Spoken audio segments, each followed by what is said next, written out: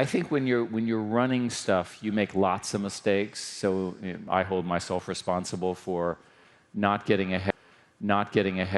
We had the technology to do what Meta is doing now, and we didn't implement it fast enough. Right? That's what I hold myself responsible. Sure. But in general, if you just keep pushing, it works. And one of the key ideas about success is just keep doing stuff. What happens in organizations, especially if I can be honest, in middle age, is everything becomes sort of normal. And I was interested in the innovation culture of America. Ken Burns is a friend of mine, and I was watching him, and he was asked, "Is America in crisis?" And he said, "Oh, I think it's in perpetual crisis. We've always been disagreeing, and our revolution is the thing." So when you understand that the system is not designed to be static, it's designed to be dynamic, and it's a jump ball, then you can do it. I've consistently been slow to see that if I do self-criticism, and I've consistently assumed that stable systems were always stable. Humans can always change the system if you need to. Figure out a way to change it to make it a better place. You know, you've run a big company. I'm running $1.5 billion company, which is the city of Miami with 5,000 employees and 4 labor unions. The decisions that we make and that we've made affect thousands of people. Yeah. How do you deal with doubt in the face of understanding the implications of those decisions and how they impact people? I was talking to, I've talked to the various presidents that I've had an honor to meet. And when you actually talk to how the president operates, there are moments in a presidency when the president makes a decision where they have no idea what's going to happen, and yet they make the decision anyway. That's, I think, how you have to operate. Obviously not. None of us have that kind of responsibility, thank God. But fundamentally, if it gets to you, it shouldn't be an easy decision. The people who work for you should be able to handle these things. One way to think about it is the really complex problems are ones that you participate in, you lead the team, and you make a bet, and you iterate and iterate and iterate. All success is fundamentally a genius, and then iteration and essentially just constant evolution. And you're always failing, you're always trying things, that didn't work, and so forth. One of the geniuses of America is that people who can go bankrupt can be rehired and become hugely successful. Many of my favorite entrepreneurs, the first I didn't work, the second I didn't work, the third I didn't work, and the fourth, boom, right? So never stop trying. On a similar note, when a project is deeply uncertain, but potentially transformative, how do you communicate your vision and guide your team through that uncertainty? What I try to do is I try to frame the question correctly. Usually, if you can ask, so let's start with the basic principle. Don't tell people to do, ask what people want to do, right? But frame the question. Okay, this is what we want to do. What is the best idea? Because frankly, people don't like to be told what to do. They like to be asked, right? And the key leadership is to frame the question or the goal in such a way that everyone kind of gets it. A simple rule is you have to repeat it at least 20 times before people believe you. So I become very repetitive. Another thing I do, which may be going out of favor because nobody uses email anymore, is I'm constantly writing down, this is what I think, this is where we should do, what do you guys think, and so forth. So it's much more interactive. And the strategies evolve. And then you get some great product manager who can brilliantly expose the result of this process. But it fundamentally starts from saying, what is our goal? So we want to win. Okay, what does that mean? Another thing I do that works well is I start by saying, where will we be in 5 years? Humans are terrible at predicting past the next 12 months, right? If you force people to say, what will be true in 5 years, you get a very different answer. So here's an example. The cost of AI tokens, that is the delivery of queries, is going down by a factor of 10 every year. Amazing. So 5 years, 10 to the fifth, sorry, 5 to the, you can do the math. It's a very large number. What happens when the cost of my little sonnet is so cheap, it's just everywhere. Right. Right. All in praise of you, Mayor. Of course. What does that mean? Think backward. Almost every business fails to understand the compounding of these technologies. You know, innovation is often referred to as managed chaos. Yeah. How do you explain that sort of juxtaposition, that tension between managing and something that's somewhat organized or ordered and chaos? It has to do with the structure of goals. You want to think a lot about goal alignment. In corporations, it's pretty easy because everybody has stock options, they have a common goal. It's much harder in what you do because there's multiple goals. So if I were you, if I were running the city, which fortunately you're doing and I'm not, I would sit down and say, what are the real goals? Prioritize. Right? Healthcare, safety, economic growth, welfare, and I'd measure them. Set the goals, measure them, articulate them, repeat, repeat, repeat. So how do you protect true innovation from the bureaucracy that inevitably grows around that success and can stifle that same innovation?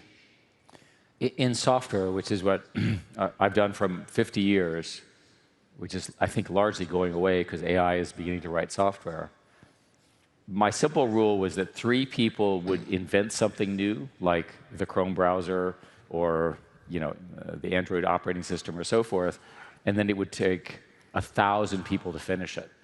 And I kept thinking, why do we need so many people? And there's this constant problem of every team, engineering team, management team, getting bigger and bigger. You want lean teams. The lesson over and over is lean teams. Another example, I have a rule with the companies I'm running now that if we do new things, you can only have 10 people, you can't have 11. When we go into a new country, you can have 10 people, but not 11.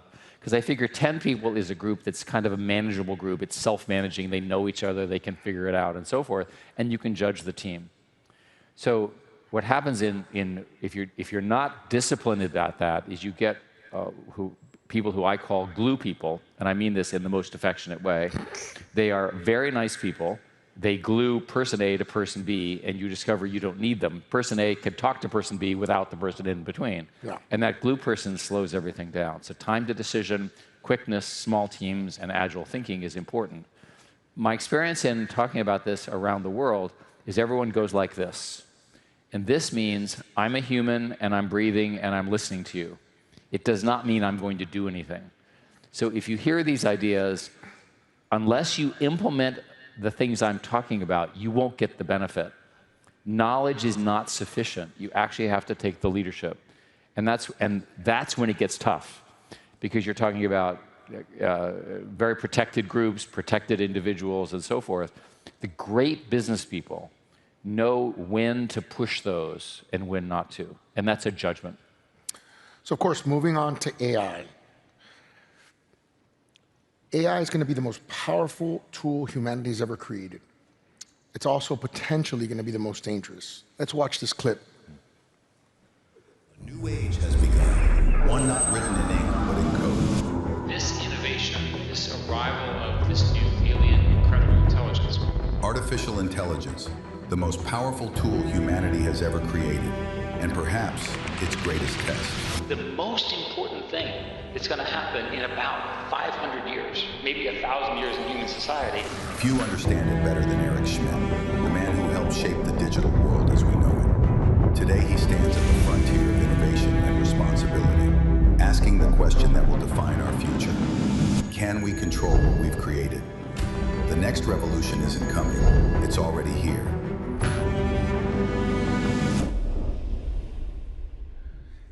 So wow, that's as good as my sonnet. What? Thank you. Good job. So I'm going to go a little off script, more provocative, I told you.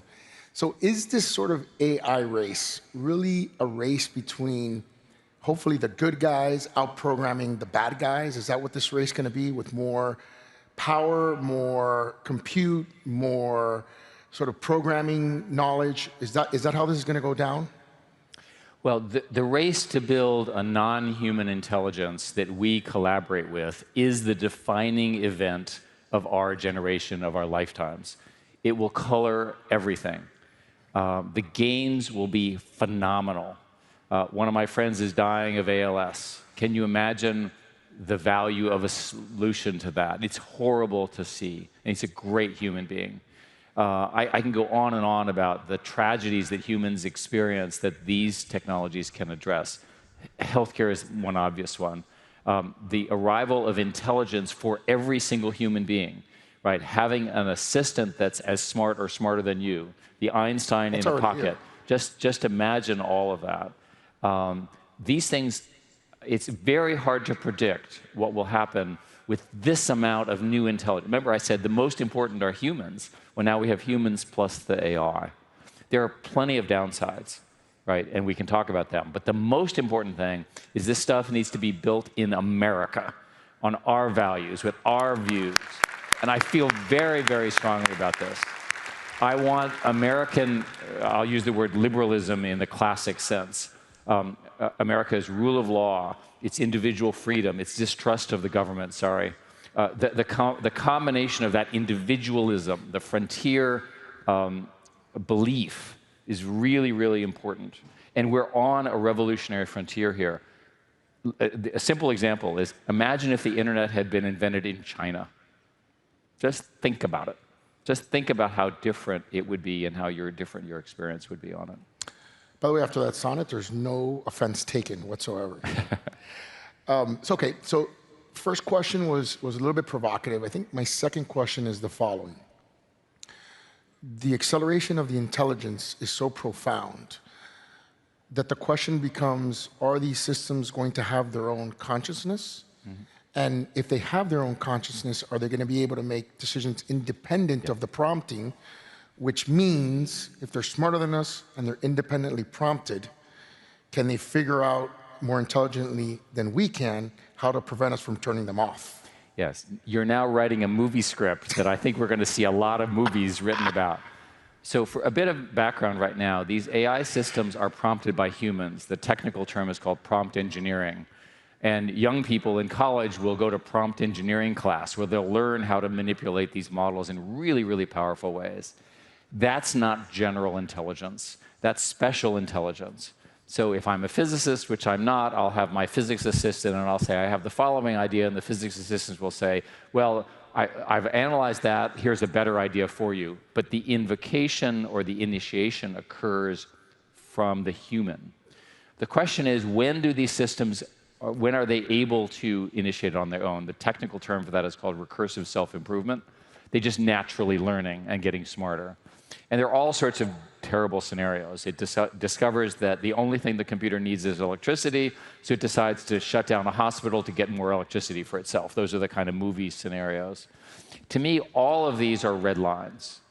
The point at which we humans give agency to these computers for what they do is a mistake. And I think collectively we need to define those red lines. Another example would be access to weapons. The last thing I want is an AI system making decisions about nuclear war, nor do any of us. That kind of thing. I have a bunch of questions from that. Because the problem is with that is certainly, and we see this sort of play out geopolitically, the US, we presume, will be responsible. The question is, how do we deal with people who may have this that are not responsible? Yeah. Well, number one. And I'll give a little bit of hope to humanity. This is the second time I interview Eric, by the way. Mm-hmm. And we talked about this the first time, just to give humanity a little bit of hope. Obviously, nuclear weapons have been around for a generation. But for the first time that they were employed, thankfully, you know, we've limited this technology to something that has not so far destroyed us. So I guess my question is, we can potentially have faith in our country, hopefully, to do the right thing and draw those red lines. How do we deal with the nefarious actors who may not be so ethical? We're going to have this problem. Every technology, I mean, when Alexander Graham Bell invented the telephone, it didn't occur to him that criminals would use it. I remember one day people said, did you know that there are criminals on the internet? And I said, who let them in, right? We didn't design the internet for criminals, and they showed up, right? So you have to assume the same thing is going to happen with this technology. And I think the most important thing is to put in the observational systems to watch for it. And we should be able to create surveillance systems within the internet to watch for bad actors, at least in the extreme cases. I'm worried about it for the following reason. In our lifetimes, in the next 5 or 10 years, every single human on the planet who has a mobile phone, cell phone, will have access to Einstein, Leonardo da Vinci, whomever, in some form. We've never had that devolution of power. We've never had that decentralized empowerment of humans. Now, this group, I trust. There's an awful lot of wacky countries and wacky cultures and wacky religions, where I'm not sure I would trust their collective action being consistent with our values. For sure. Right. And I think history will judge us based on how we handle the humans as this intelligence evolution occurs and empowers individuals. So the most famous use case, obviously, of AI right now is the large language models. I mean, they're the ones that are being used day in and day out. What would you say are probably going to be, let's say, the top 1 or 2 or 3 next use cases that you think are going to change things? And maybe 1 or 2 that people aren't thinking about? Well, so today there are sort of 3 things going on. I'll simplify it. Language stuff, that's what we were joking about with large language models.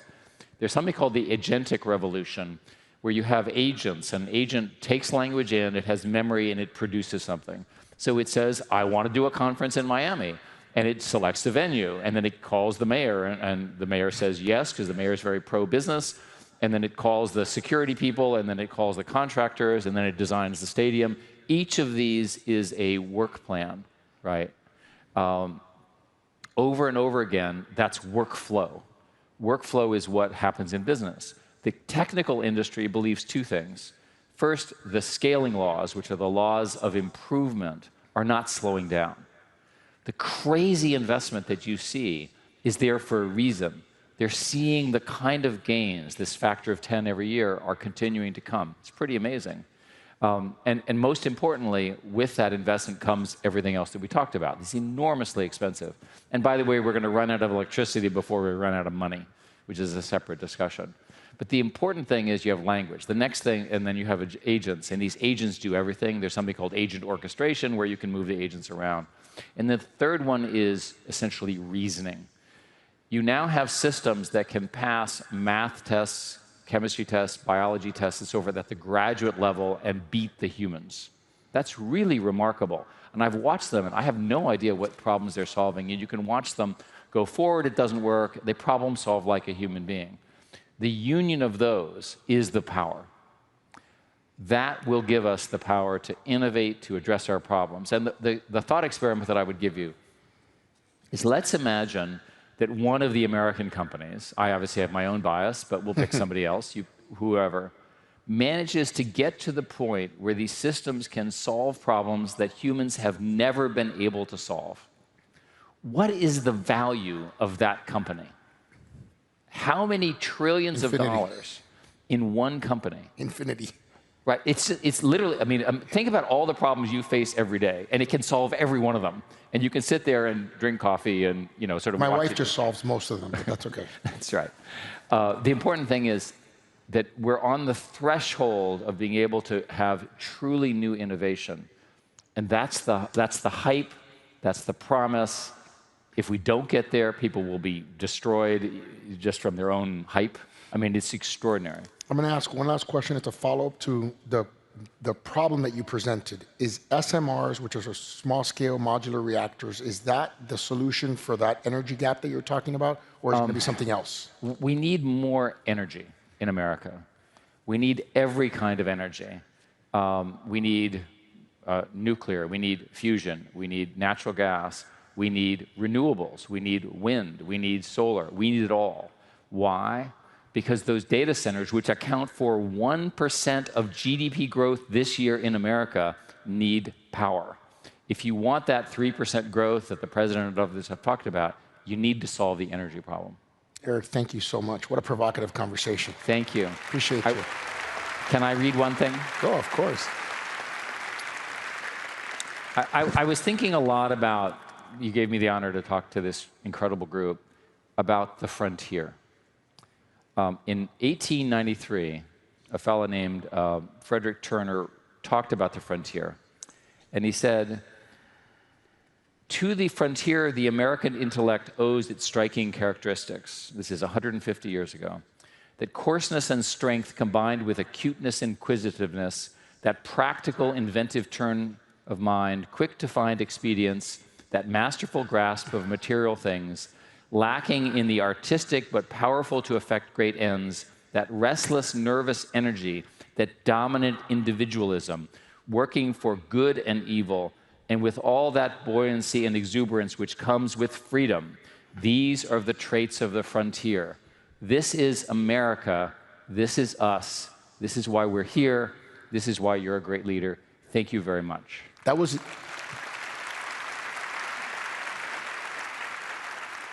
in 1893. 1893. You know what happened 3 years later? What's that? You know what happened 3 years later? What? The city of Miami was established. 1896. 1896. There you go. Happy birthday to Miami. There we Thank go. you. Okay, Mayor. Thank Okay, you, good. my friend. Thank you, guys.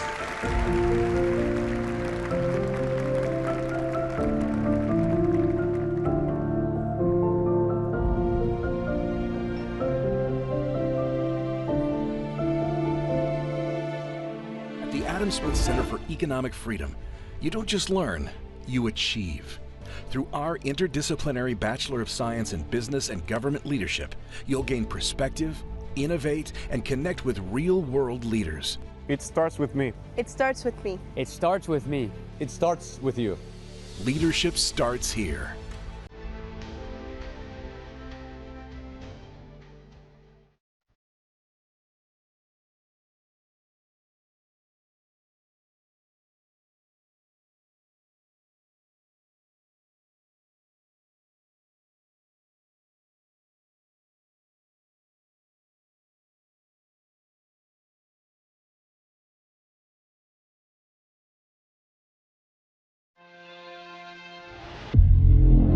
PIF is one of the world's largest and fastest growing sovereign wealth funds.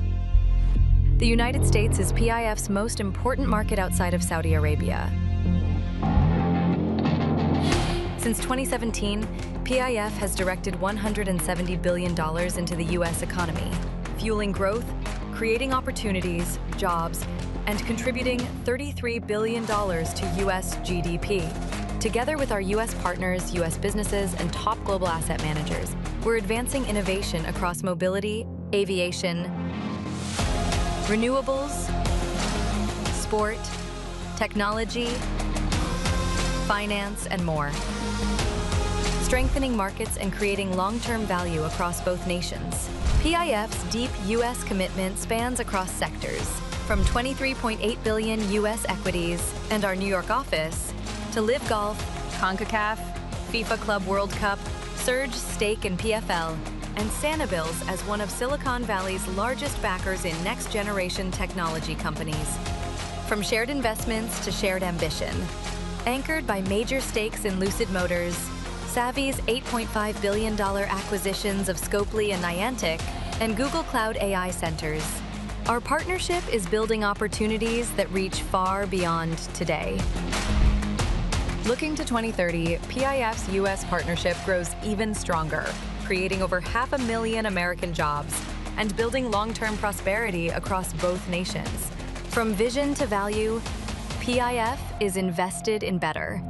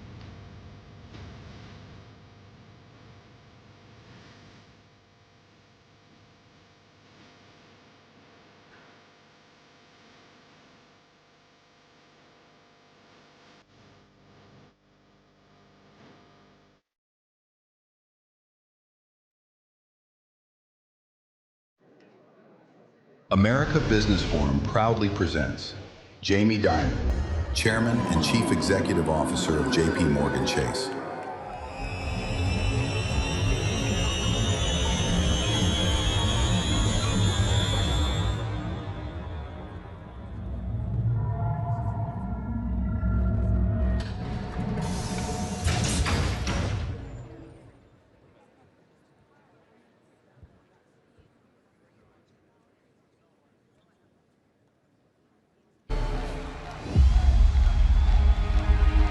Grew up talking finance at the kitchen table as a kid. What are you doing now? What are you doing to serve your people? Why can you do better? What is somebody else doing? In a world shaken by crisis, one man stood firm. As CEO of JP Morgan Chase, Jamie Dimon built the world's most powerful bank, not by following the crowd, but by leading through the storm. While others fell in 2008, his discipline and foresight turned risk into resilience. A visionary of modern finance, a symbol of leadership when it mattered most. The leader built to last. America Business Forum presents Jamie Dimon.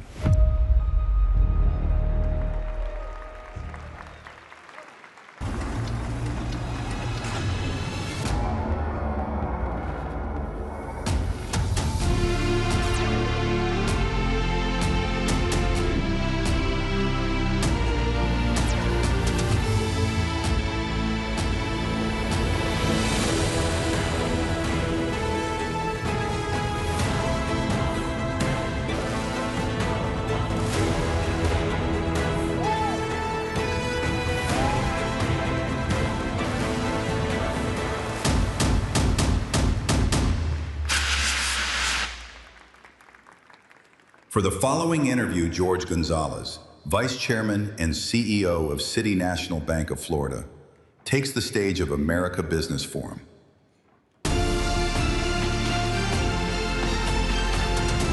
Thank God.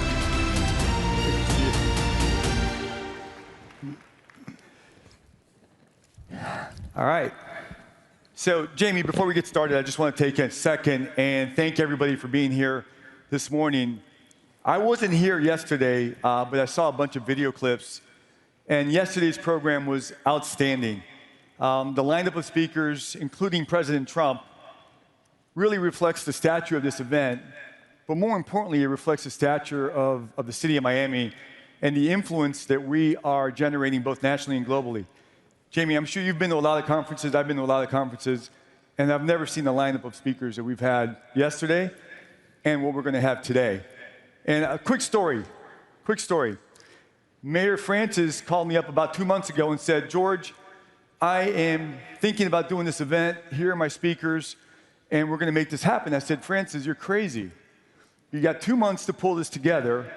Look at the speakers. You have the president, you have Jamie Dimon, you have a whole list of very influential people. You're never going to make this happen. But if you want to do it, let's try. And here we are. So, Francis, you're a little nuts, but congratulations on a heck of an accomplishment. So with that, I want to take a second and one more time welcome one of the most respected voices in global finance, one of the most influential bankers of our generation, Jamie Dimon. George, thank you. So thrilled to be here. Thank you. So, Jamie, my guess is a lot of people have heard a lot about your professional accomplishments, your career, and your impact to banking. But let's start with something a little bit more personal. And let's talk about how did your childhood and how did your family influence who you are as a person and who you are as a leader? Great. So first of all, thrilled to be here. A little embarrassing, this whole entry, but it's quite a production. You know, I grew up, my grandparents were all Greek immigrants who came from Greece, never finished high school, moved to Jackson Heights, Queens, not far from where President Trump grew up, with a slightly smaller apartment than he had, a rental. But there were values that your parents taught. You didn't even know was happening at the time, which is, I'd say very fundamentally, it came from my grandparents, my parents, have a purpose in life. That purpose could be banking or art or science or being a political leader. It could be a caregiver. Treat everyone with respect.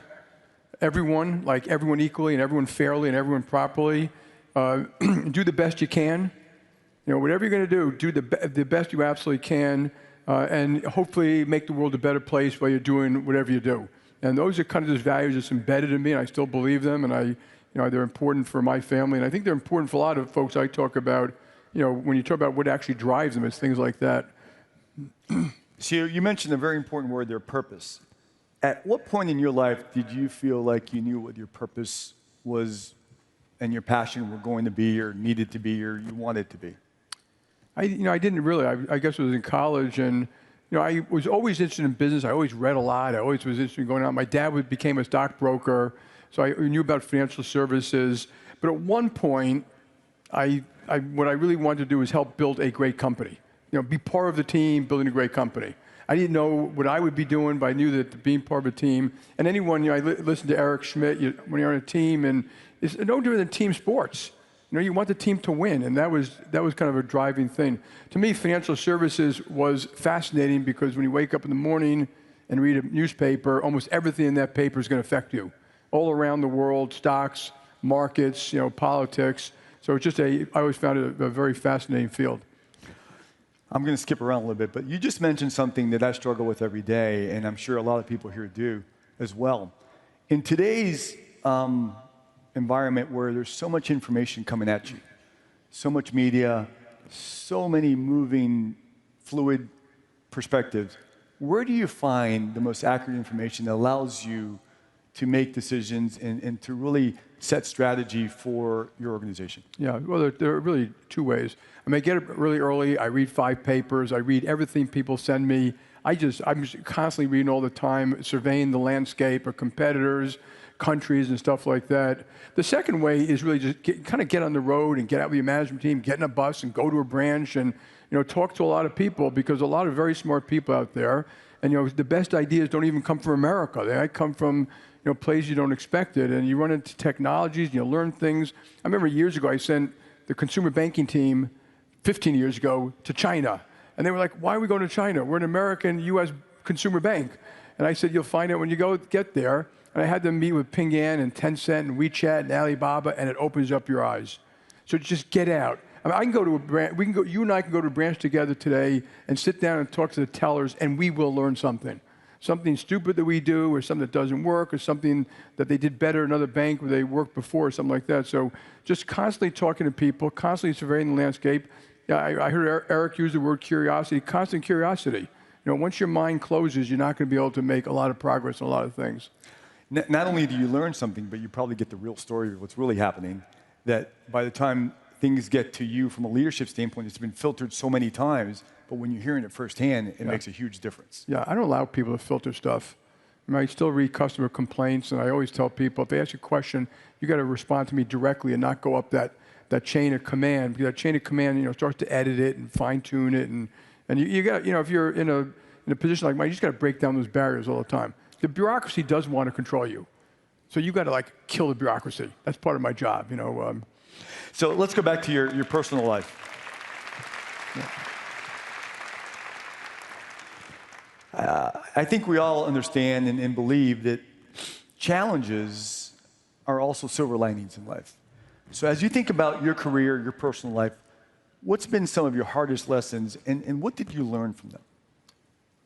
In the personal life, we've all been through, some forms of personal hardships. But the lessons from those hardships, if you talk about the mistakes you made, like the things you did personally, that's a great quote. You don't learn a lot from the second kick in the mule. Again, I heard the mayor and Eric talking about it. We've all made a tremendous amount of mistakes. And I always say there's a pattern to them sometimes. Like when you act in anger, well, that is almost always a mistake.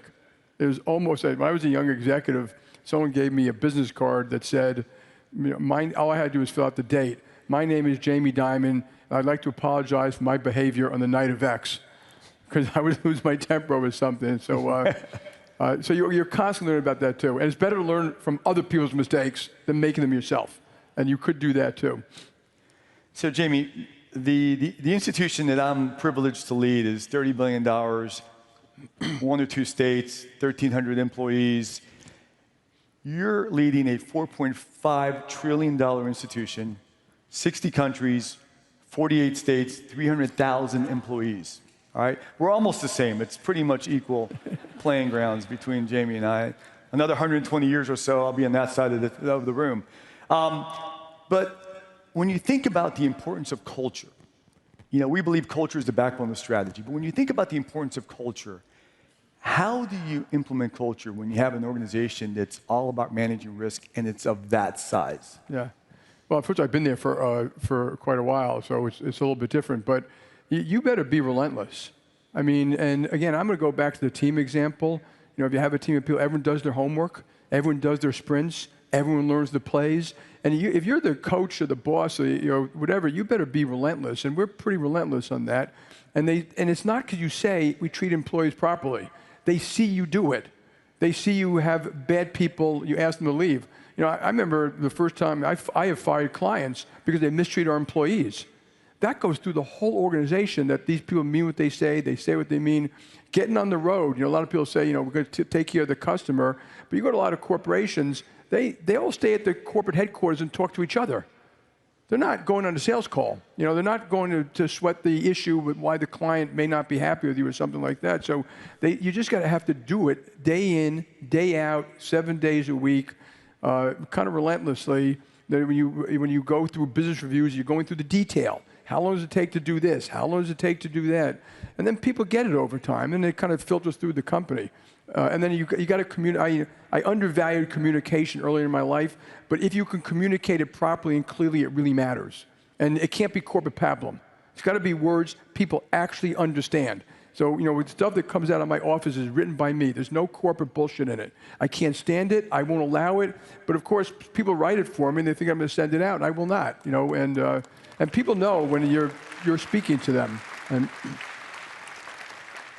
so, as I'm scrolling through Instagram, I consistently run across Jamie Dimon quotes. You're legendary. So one of the quotes that I thought about was, the worst thing a company can have is a bunch of yes men. How do you ensure that people are telling you the truth? How do you filter out the BS from the truth? And particularly when you're Jamie Dimon, because people want to please you. How do you filter this out? Yeah, so if people try to please me, it pisses me off. That is not the goal of an organization. Even when people say they want to be loyal to me, that gets me a little upset too, because they say, don't be loyal to me. Be loyal to the principles for which we stand. Be loyal to the company, the clients. That's not a personal type of thing. I was at a thing like this years ago, and a woman was giving a great speech, and she said, you have to have one truth teller at the table. And she was walking out, and I came up next, and I said, can I just stop you for 1 second?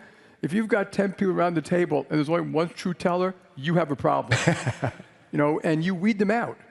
When people are honest and forthright, they raise the hand and they say, that is not accurate. And you better have that, because if you don't have that, you will be going off base very quickly. And so you have a kind of a BS meter about how people are. And also, like you said, when you travel people, one of the favorite things I do, I call it the breakfast, lunch, and dinner. I'm at the bar with you guys. And when I'm at the bar hanging out with a bunch of people in the company around the world, they'll tell you. When they trust you, they'll tell you, yeah, Jamie, you really got to look at this. You don't understand what's happening. And then they also know you'll respond. It doesn't make them right, but they know that I heard it, and now it's my job maybe to do something about it. And over time, they see you do the right thing, and they know that you mean what you say. And then everyone who works for you does the same thing. So, you don't have to necessarily come to me, because there are a lot of people who say, this is the right way to do something, and we simply do it. So basically what you're saying is leading by example is a key element of making sure that the people that you're trying to instill certain beliefs in, they're watching you basically emulate those behaviors. Yeah, and you can't have friends of Jamie. Right. That your door's open to everybody.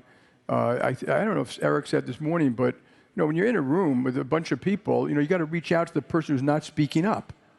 You got to reach out. There are shy people in the room. They may be man or woman or black or white or LGBT, but it's our job to reach out to them and to have enough empathy to see that they want to say something, but they're a little embarrassed or it's harder for them to do it. And so very often I'll talk to someone after a meeting and ask them that. And then you got to get rid of the bad. There are these really, really bad traits that get built up, and I'm sure you've all seen these. It's the meeting after the meeting. well, I didn't want to say it in front of everybody, but. And they're trying to get you to change the decision the group had made. It's the rope-a-dope, where the information wasn't shared beforehand. It's all these little tricks that the politicians and the BSers do to try to capture it. I don't have meetings after a meeting. I tell people, if you can't say it in front of your partners, don't say it at all. You get paid a lot of money to do the right thing. And so, and again, I'll go back to a team example. In corporations, you do a lot of BS, but you can't do it on a football field. That person, they learn their play, they didn't learn their play, the coach will take them out. But in our field, it's very easy to, let people, they're nice people, they're a friend of mine. So the discipline on the sports team, that's what you want inside a company too.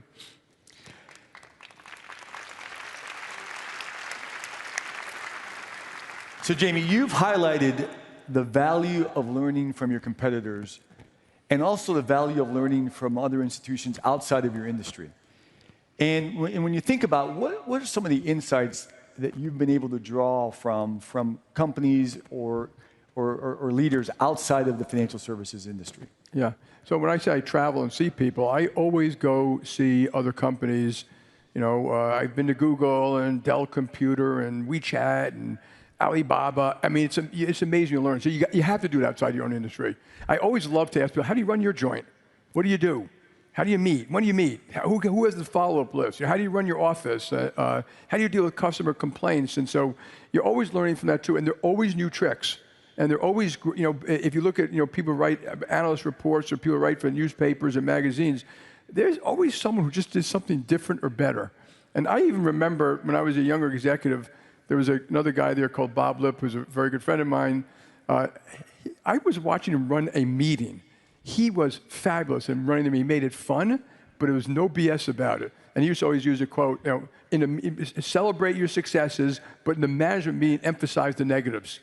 And, and he would always take you on the road and always take you to branches. And he would show you how to make it you didn't go to a branch just to show the flag. You went to a branch he'd sit down with we'd have lunch with the tellers in the back or something like that and learn from them. And you learn from other people all the time. I still learn tricks of the trade, always. Jamie, we have a quick video, but before we kick off the video, you've been an unbelievably influential role model in the world of finance, business, even public policy, and geopolitics. And during the financial crisis, you were known to be the face of stability. So when everybody else was running for cover, you were cool, calm, and collective. So let's show a quick video, and then we're going to get back to a question for you. In 2008, the world's financial system was on the brink. Markets collapsed, giants fell, fears spread faster than reason. Basically, everyone's job is gone. Well, that's not what we've been told in finance. But in the eye of the storm, one leader stood steady. Jamie Dimon, CEO of JP Morgan Chase, guided his team with discipline, foresight, and conviction. Doing a better job educating Americans about the power of our liberty, our freedoms. While others chased risk, he built resilience. Through decisions that would define a generation, JP Morgan emerged not broken, but stronger. A fortress of stability in a world of uncertainty. A masterclass in leadership under pressure. A story of foresight, courage, and the power of principle.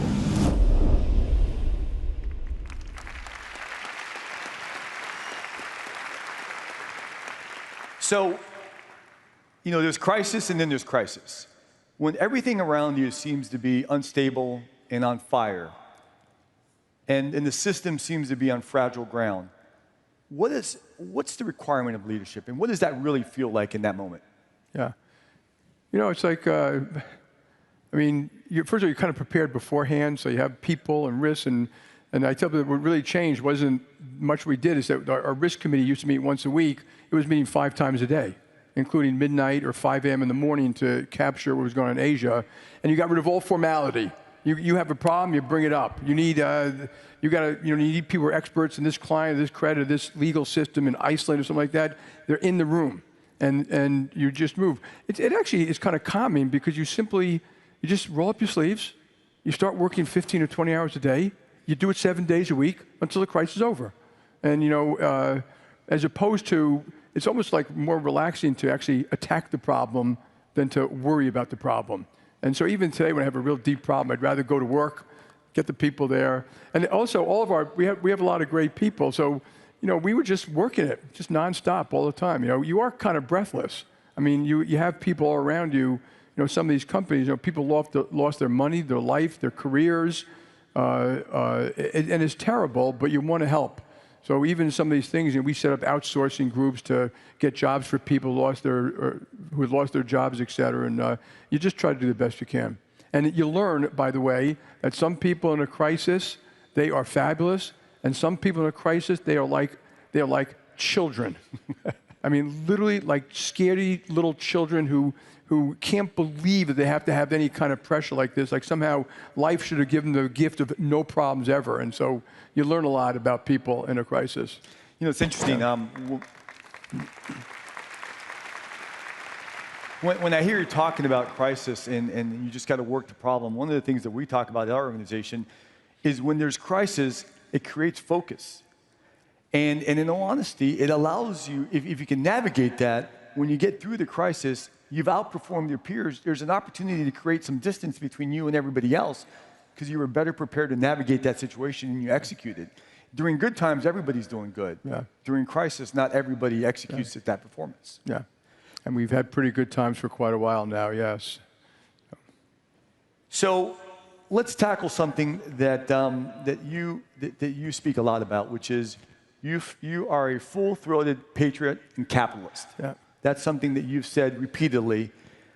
And how do those beliefs, how do they guide your decision-making, particularly in a world that appears or is definitely so divided as we are today? Yeah. Well, first of all, the most important thing to me is family and all that. Right next to that is my country. And it's not because it's just my country. Remember, this country was not a tribe. It was not a nationality. It was an idea. And anyone can become an American. And the power of freedom of speech, freedom of religion, freedom of enterprise, independence. You can do what you want. You can live what you want. You can say what you want. You can believe what you want. You get to vote for our people in government. It creates this huge innovation. I don't think all the American public fully understands the power of that freedom. And you got to, those of us who travel around the world, you'd be surprised how there are far less freedoms overseas, and it's stifling, and the heavy hand of government, which could be pretty powerful in a country. So, I deeply believe that it is this democracy, this country, are the shining city on the hill. It's the arsenal of democracy. It's the arsenal of freedom. It's going to be that way. It's going to be that way for the next 100 years. And all you got to do is read history. The world relies on us. I tell people, even non-aligned nations rely on America for the safety and security we provide for the world. And you got to be very careful when you look at what that means for people. So I think we should celebrate it. We should teach civics more. We should teach history more. We can acknowledge our flaws, but we should not denigrate the greatness of this country.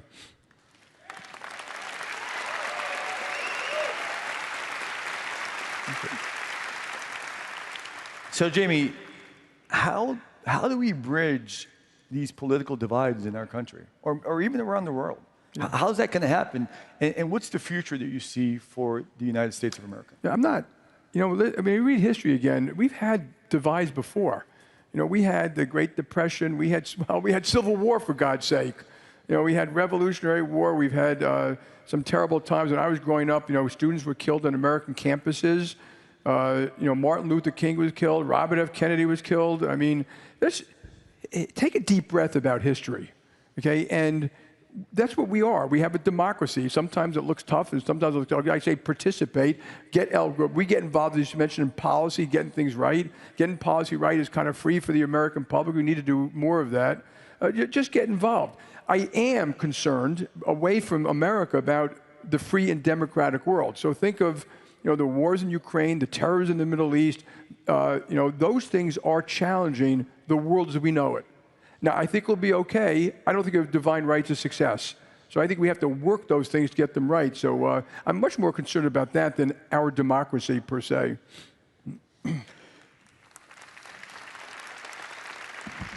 So JP Morgan just recently announced a $1.5 trillion initiative to help fuel America's security and resiliency. And you're going to be investing significantly in advanced manufacturing and defense and energy, AI, and quantum.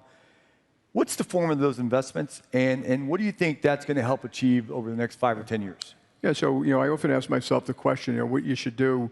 So if you read, I write my chairman's letter every year, and last year I talk about all these policies we got wrong in America, and that we need to fix them, and you know them, housing and education and crime and immigration and all these things we could do better, and it's holding us back. And but this year I started asking the question, well, what can we do about it? What can J.P. Morgan Chase do about it? Now, we do a lot around the American dream, affordable housing and mortgages and education and healthcare and skills, but the SRI, the Strategic Resiliency Initiative, is to help finance, either kind of with equity money or big loans, companies who are building things that make America and our allies resilient. So think of aerospace, defense, AI, super chips, some of these data centers you read about. Think of medical ingredients. That what can we do to secure the future and health of the United States of America and our allies around the world? And so we're going to add, over the next 10 years, another $500 billion of financing.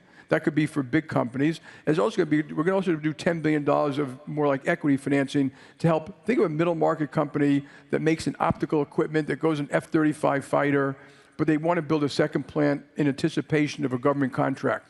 We may buy a piece of the company, give them the money to build the plant. So we're just forming around it. We're putting real power about this. We want to do our part. And if you look back, I hate crying over spilled milk. We all should have started doing this 15 years ago. The Chinese have been doing this for 15 years. And so we're a little late. You read about rare earths, but we can catch up. We have the time, but we got to do it quickly. And we're also going to write about policy. We have a lot of policy to stop us from doing this. How we do budgeting for the military, a whole bunch of other things. So we're going to do a lot of work, to make sure we're doing the right things to keep us all free and safe. This administration, Trump's administration, seems to be very focused on trying to lower the amount of regulation and bureaucracy so that private sector, the economy can prosper. How do you see that playing out, and how do you see that impacting the financial services industry? I love the fact about being pro-business. This notion that somehow, being anti-business is going to help the average American citizen or even the lower paid. So I agree with the concept. I don't think we've done a particularly good job taking care of the bottom 20% of our citizens. Their incomes didn't go up. Their health care is worse. They live in more crime in the neighborhoods. Their schools don't work really well. And we did that. That's Democrat and Republican policies, by the way. So I agree with that concept. I don't agree with the concept of beating up business as a way to fix it. Business creates jobs. Business pays people. Business does... So I do think business can get involved, and I may write an op-ed soon about good public policy is free. Okay, if we do a better job for schools, it's free. If we do some of this our regulatory system has got. And I'm not talking about banks, by the way. Any one of you get involved in regulation. You could be a restaurant. You could be a small business. It is terrible. Federal, state, permitting, local. The affordable housing problem, it's all regulatory stuff. You can't build a multifamily thing. You can't put this here. It doesn't have enough parking. It's got to have all these things. It's all regulatory. And so we can fix this stuff, and it's free. The government doesn't have to borrow more money to fix it. We already spend the money. We just need to fix the system a little bit. And so I think we should all get involved in trying to fix these policies that would make our country work far better. And deregulation is part of it. If you don't believe me, go to Europe, folks, okay? And Europe used to have a GDP per person of 90% of America. It's now 65% of America. It's on its way to 50% of America, which will jeopardize the health of Europe itself over time. And it's all anti-business, anti-investment, anti-innovation, and they kind of know it. And if they don't fix it, and we should help them fix it, because if Europe does badly, I think it's really bad for the Western world too. So, so I am very pro this. I'm not, and we should do it wisely. Jamie, let's tackle AI for a second. I was in New York last week, and I met with your team. I met with Google, Microsoft, Accenture, Boston Consulting, you name it. And the amount of money that is being invested in artificial intelligence and the pace of that investment is unbelievable. How is that going to reshape the economy? How is it going to reshape the way we do business these days? Look, it's going to affect, the way I look at it is every application, every job, every customer interface, everything we all do, and you're all going to have your own personal assistants. You're going to have agents that do research for you every time you wake up in the morning. And I agree with Eric. It's going to be unbelievable. It's going to cure a lot of diseases that we've all been afflicted with. You know, my guess is the developed world will be working 3.5 days a week in 20, 30, 40 years and have wonderful lives. And there are some dangerous parts, which I'll let Eric describe a little bit here. But I would say embrace it. You know, technology has downsides. It's used by bad people, but embrace it. We had 40 million people working on farms. Tractors and fertilizers is now like 1.5 million. We live better lives. We have better food.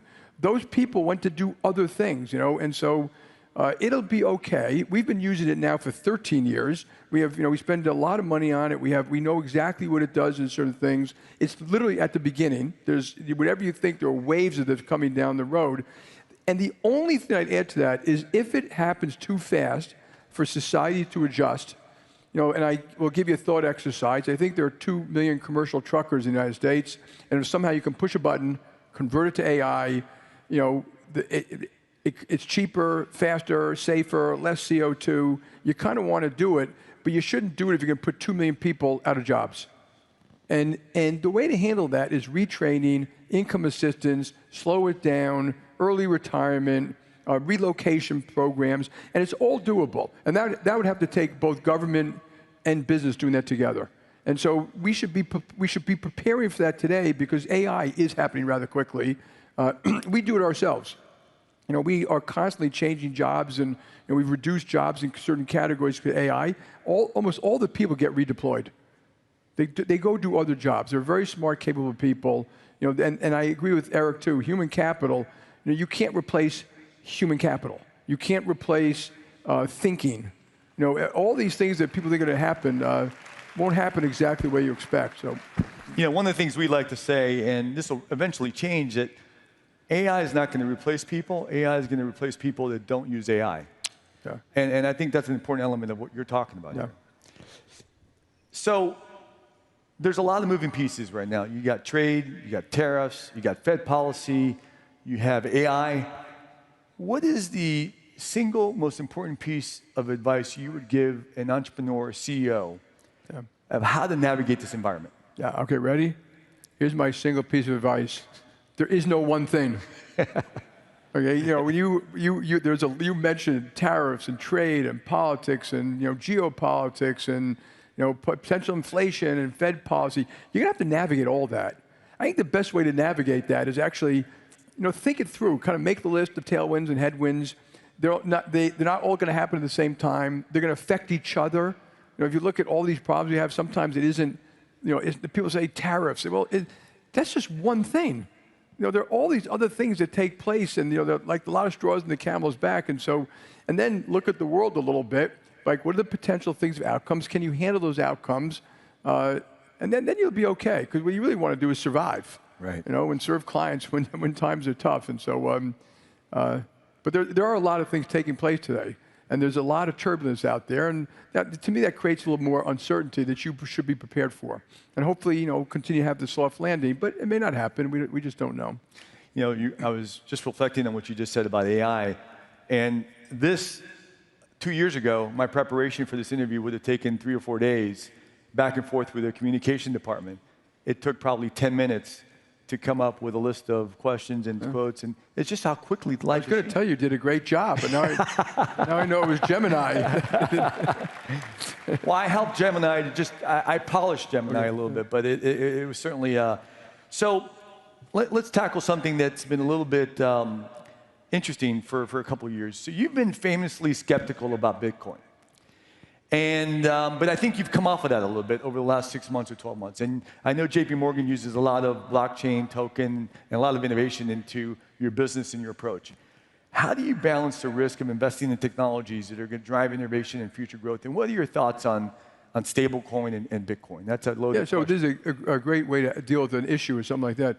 Whenever we meet as a business unit, so it could be a small business unit like consumer branches or a big one like global investment banking, on the table and on the agenda is what are you doing in tech, AI, et cetera. That is always on the agenda. And I do it differently than other people. I don't say what's in your budget. I always say, are you doing everything you need to do to win in the future, period? And I don't care what the budget says. I don't care what it is. And you may walk in and say, you know what, I was just over somewhere, I really need to do X. My view is, you better be doing X. You know, so to me, the budget is a roadmap. It is not your boss. And so I make people, we're going to do that. Stablecoin was one where I don't know how it's going to play out. But that also answers my question is, what do we do about it? We're involved. We're building a stablecoin. We may build it with other banks. We have a JP Morgan deposit coin already, which I can pay you interest on. We use the blockchain. Any of these tools that you want to use for smart contracts, stuff like that, we are simply going to do. I don't know how it's going to sort out. But I'd rather be plain, which keeps us smart, than acting like I know the answer to it. And so, and we do that with all technology. Whether, you know, sometimes regardless of what I think about it, I want you to be dabbling in it. Because you're being smart, and it is much more important than saying Jamie does or doesn't like it and something like that. So, and we do that with almost all frontier type of technologies. I'm going to shift on you a little bit. So there's been a historic relocation of both people and capital to Florida and to South Florida, primarily from the west coast of the country, the Northeast, Illinois, DC, you name it. And what are your thoughts on that? Is that going to continue? And for the residents of Wall Street South, how should we think about the future relative to that relocation that's taking place? Yeah, my bottom line is I think that everyone has to compete. And when I grew up in New York City, I was probably one of those New York City kids that thought that it's New York City, New Jersey, and the rest of the world, something like that. And you know why New Yorkers are so depressed? Why? Because the light at the end of the tunnel is New Jersey. But now, and when I first started traveling the world, a lot of cities weren't great places, including like London, or Singapore, or Hong Kong, or Nashville, or now they're great. I mean, all these cities, they've got opera and food and infrastructure and terrific universities, and it's a competitive world. It's competitive between countries, it's competitive between cities, it's competitive between states, and you're mentioning a bunch of these states that are driving business out, and it will backfire. And so people vote with their feet, and some people act like they vote with their feet because they're selfish. They vote with their feet because they see a better life for them and their family. I'm not mad at someone if they leave JP Morgan because they say they got a better opportunity. I'm like, I understand. It's your life. I want you to be happy. It's not about you making me happy. And so there's a competitive element to all these things. And like even COVID taught you that you can work, a lot of people can work in different cities and be quite productive. And we have big technology centers around the world, including Buenos Aires, because they've got a great university on coding and engineering in Argentina. And so Miami and Florida compete. They compete with taxes, they compete with universities, they compete with, we have more employees in Texas today than we have in New York. If you go to Texas, you want to build something, you build it. The taxes per personal and individual lower. They've got their universities make sure they're graduating the students you want. And if you need to change a bus route because you have 5,000 employees somewhere, they just change the route. You go to other cities, you'll be negotiating for 20 years. And I think they're making a mistake. And a lot of those cities do things in the name of good, which create bad. All of these bad policies, in my view, usually hurt the lower paid people more. That's what happens. And they also don't acknowledge their problems. So I think like in inner cities, I mean, we do a lot of work in inner cities in the United States, in the schools. But the first thing is, raise your hand and say we aren't graduating kids with the skills they need to have a well-paying job. So I give you skills, 16 weeks, advanced manufacturing or taking care of a car, taking care of a Cessna, coding, compliance, something like that, $60,000 a year job at 17 with full medical. We're not doing it. We're just simply not doing it. And then, and I'm not going to blame any particular group here, but if you don't stand forward and say, we have a problem, this isn't working, you won't fix it. So there's a lot to do. And, like going back to Miami, Florida's done a great job. And if you look at what's happening, South Carolina, North Carolina, Florida, Georgia are growing. California, Texas. Texas has just started a new stock exchange. I don't know if it's going to work, but it's going to probably be bad for ISS and Glass Lewis And I think that's great. I think those institutions are terrible and should be crushed, and so the domicile of corporations, the litigation system we have to deal with. We better start fixing these things, because if we don't, folks, in 30 years, we're going the way of Europe. And, and we have to open our eyes and make sure we're quite clear. And if we do it right, it'll help all of our citizens, all of them, not just, the people who you think are well off. Jamie, you have a very famous quote that says, if you're not confused, you don't know what's going on. I love that. Yeah. So that confuses me. What are you confused about most right this second? I'm always trying to, sometimes people think these CEOs are totally on top of stuff. Just so you don't know, half the time I feel like I'm riding a Bronco and hanging on for dear life. And all the things you talk about, what does this mean and what does that mean? Well, I worry about all those things, and they do get quite confusing. But again, I heard Eric said, we iterate over and over. We don't try to get the answer in the first time. We meet, we'll do it again, we'll do it again, we'll do it again. And sometimes, so I tell people, in most even very complex issues, the answer is waiting to be found. It's waiting to be found if you get the right people working it over and over, looking at it from multiple different angles, or at least by the time you make that decision, you've minimized the chance of making a terrible mistake. So I have 20-year-old kids, their first year, freshmen in college. And one of the things that my wife and I struggle with is, what advice do we give young folks today about their professional careers, given the fact that there's so much volatility in such a quickly changing landscape? The advice that I received from my parents is completely different than the advice that we should be providing kids today. What would you say? I learned, first of all, the world is faster and it's more complex. It doesn't change my advice that much, but learn. It's a lifelong thing. You learn by already talking about people and reading, always. And it's always changing. Whatever profession you're in, it's changing again. You should be reading, thinking, talking, traveling, et cetera. Develop your EQ. Your EQ ultimately is probably more important for your happiness. It's probably more important for management skills.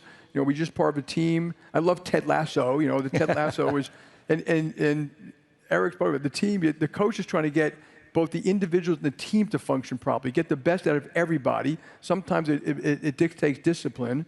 Teach the kids discipline. I'm quite disciplined. I do my homework, I do my exercise, I do my reading, I do all my pre-reads. I'm always focused in a meeting. But develop your EQ. And your EQ is empathy, communication, follow-up. Are you earning people's trust and respect? There are a lot of people who aren't trusted and respected because they're BSers, and everyone else knows. And so they have to be flexible all the time. Have good partners in life. It's important that they take care of their mind, body, spirit, soul, friends, family, and health. I mean, that's just got to be part of what you do. And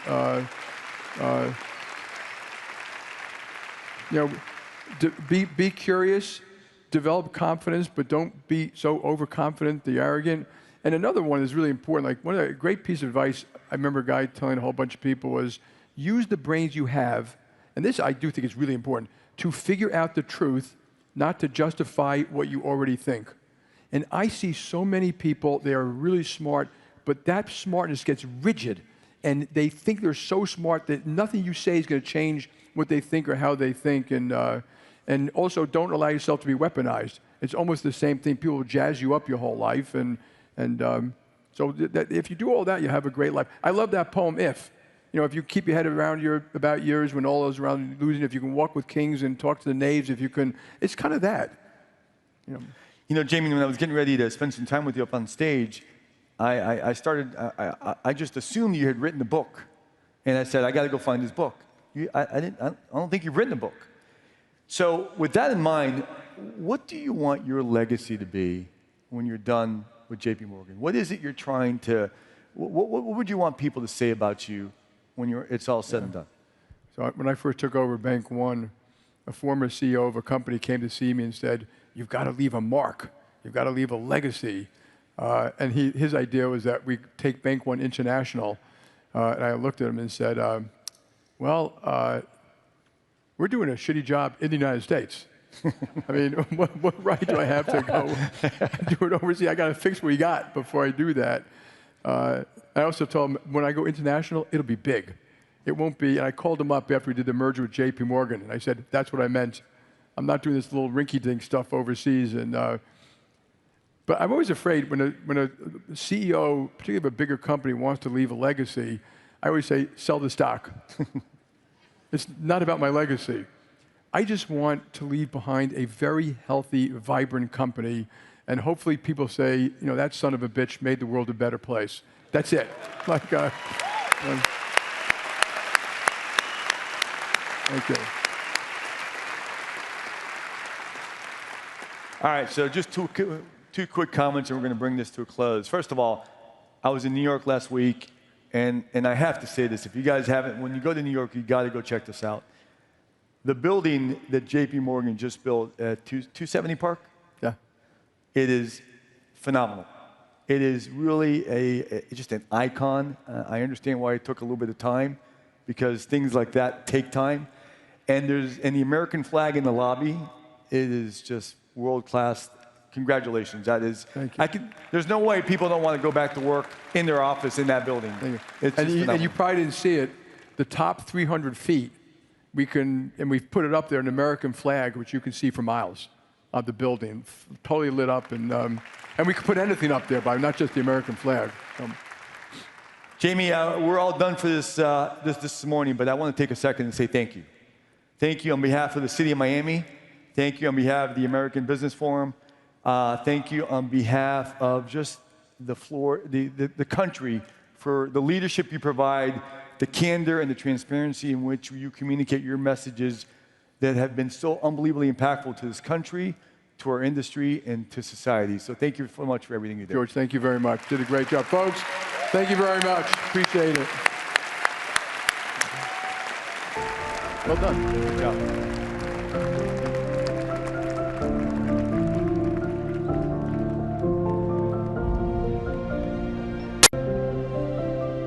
Pioneering investment inspires you to dig deeper and step up to the highest level. That's the PIF effect.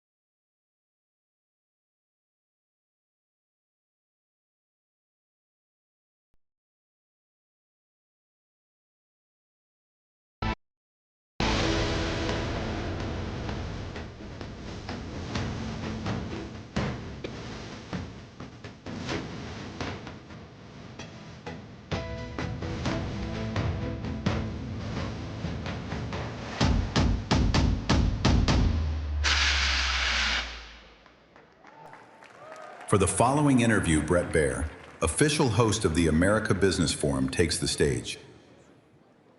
Good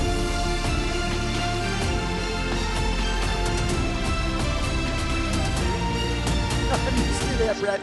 Good to see you. How you doing? Afternoon, everybody.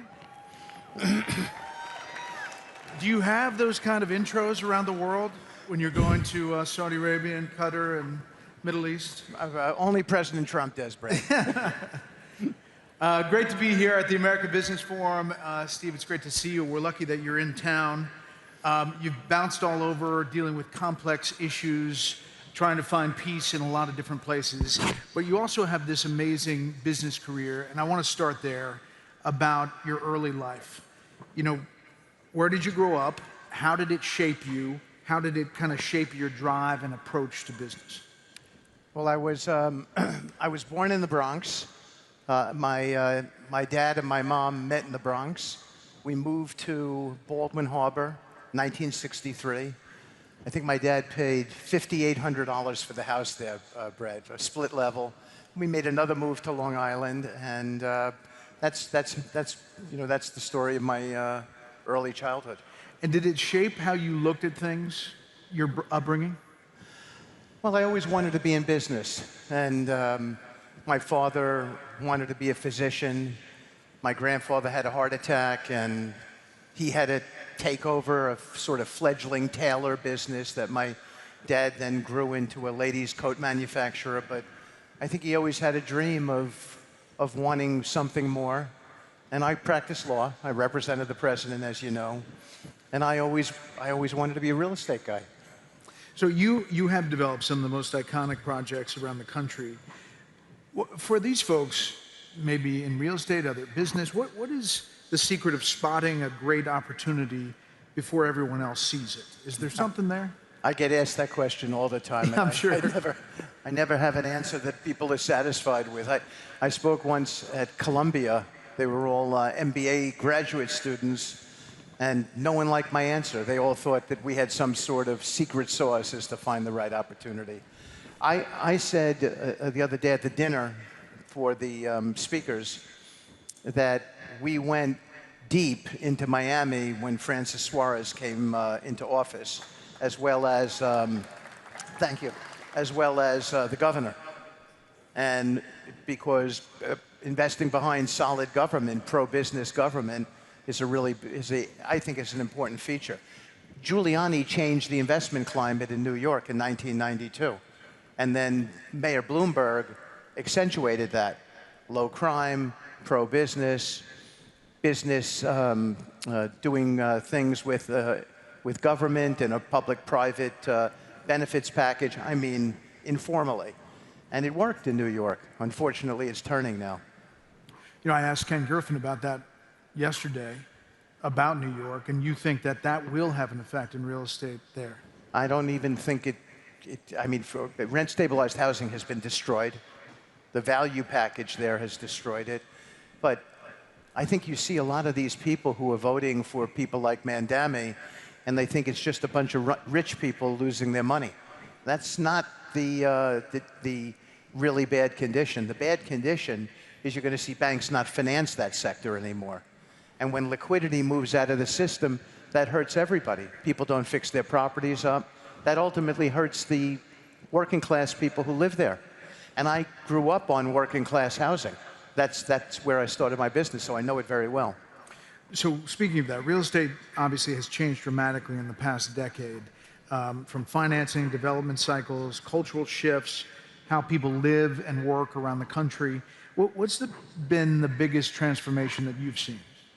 In the business? Yeah, real estate. Well, it's become institutionalized. When I first went into the business, Brett, in 1986, you didn't have J.P. Morgan in the business, or Blackstone in the business, or Apollo in the business, or there's so much institutional capital now. They were all afraid of owning housing. They thought that there was some sort of liability attached to it, and now everybody loves it. What's the piece of advice that you wished someone had given you early on? Don't sell. Don't sell. Yeah, that, hold on to it. Yeah, but I couldn't afford not to sell. I mean, I had to sell because I started with, you know, a $20,000 check from my dad, who, and that was probably half his liquid net worth.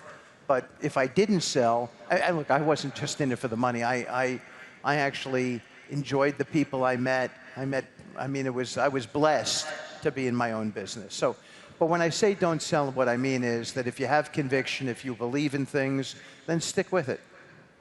But also, if you have the financial ability to hold on to the property over time, that has paid off, is what you're saying. Correct, correct. Like we're just, I'm really not in the business anymore because I've divested. So I have a son who runs the real estate business, and he's very good at it.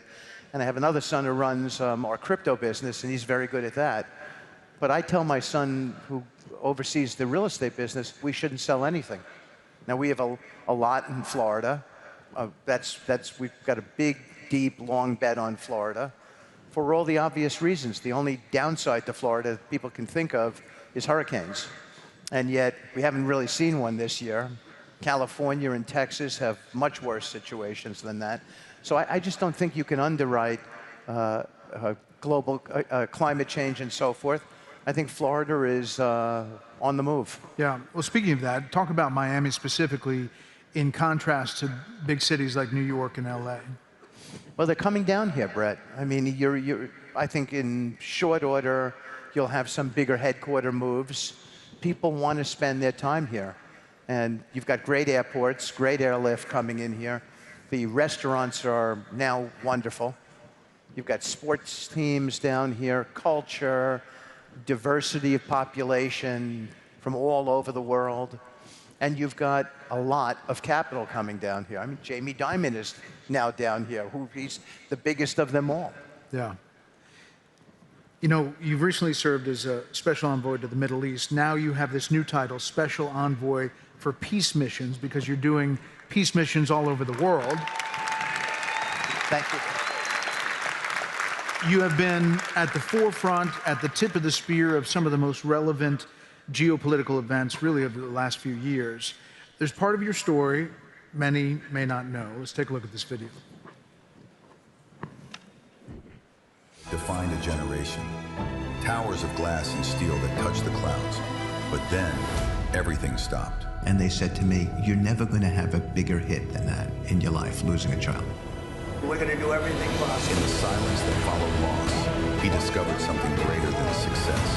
From the pain of losing one life, he found meaning in helping rebuild many. The days of blank checks are over. From shaping cities to helping shape peace. This finish line is about saving lives. Because some builders raise towers and others rebuild the world within us.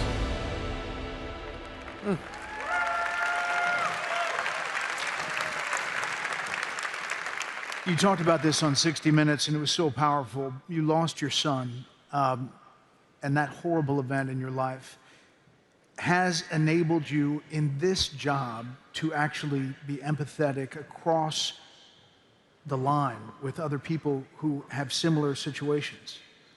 Yeah, I feel that my boy Andrew puts his hand on my back and takes me to these places.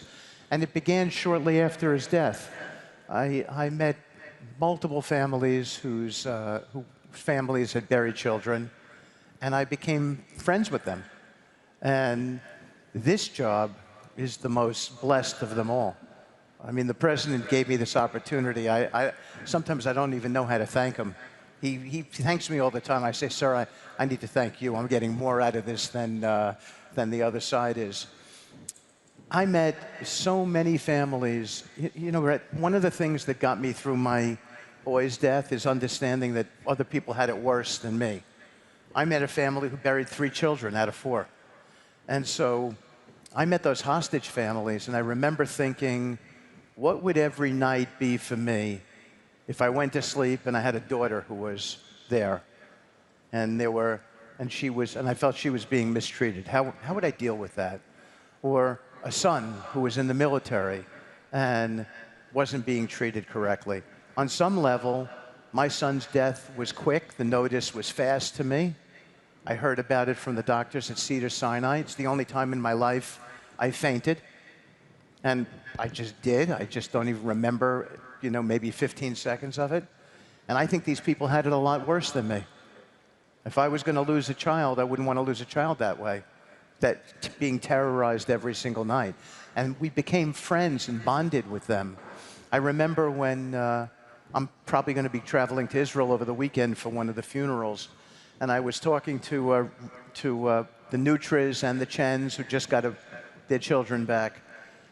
And I thought to myself, I know I don't want to call it a happy moment because I know it's bittersweet. They know their child was gone, but sometimes you can't come to terms with it. And I'll tell you, I'll point something out. Every family who came to the White House to see me, I would go down to the president and I would say, so-and-so is here. And he knew who they all were. And he didn't refuse a single visit, Brett. And he became, I think, as impacted emotionally as I did. He doesn't, as you well know, you're a good friend. He doesn't like to show that part of his personality. But he's an incredible human being. He really is. And he didn't refuse a single visit. I mean, that's old school. He heard what it was like, the struggle they had been going through, and I don't know. It's kind of really. I think it's kind of amazing to have a president who is that compassionate, and yet he doesn't get acknowledged for it.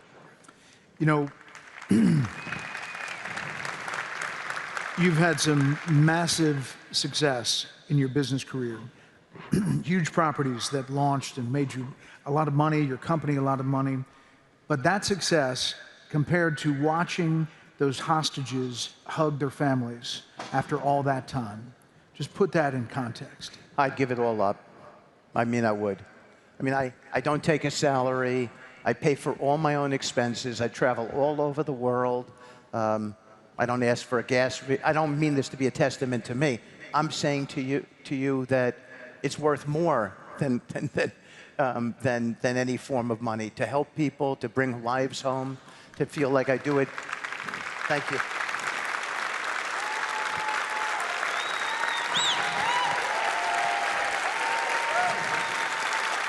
Thank you.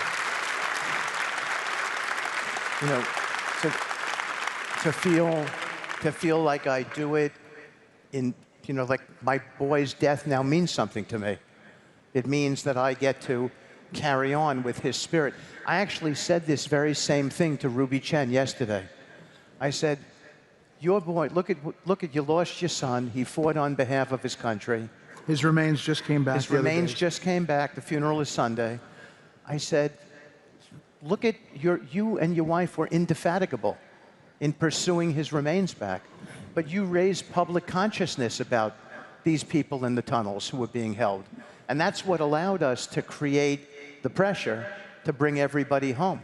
That's you having done it on his behalf. That's a memory, a feeling that you'll have for the rest of your life.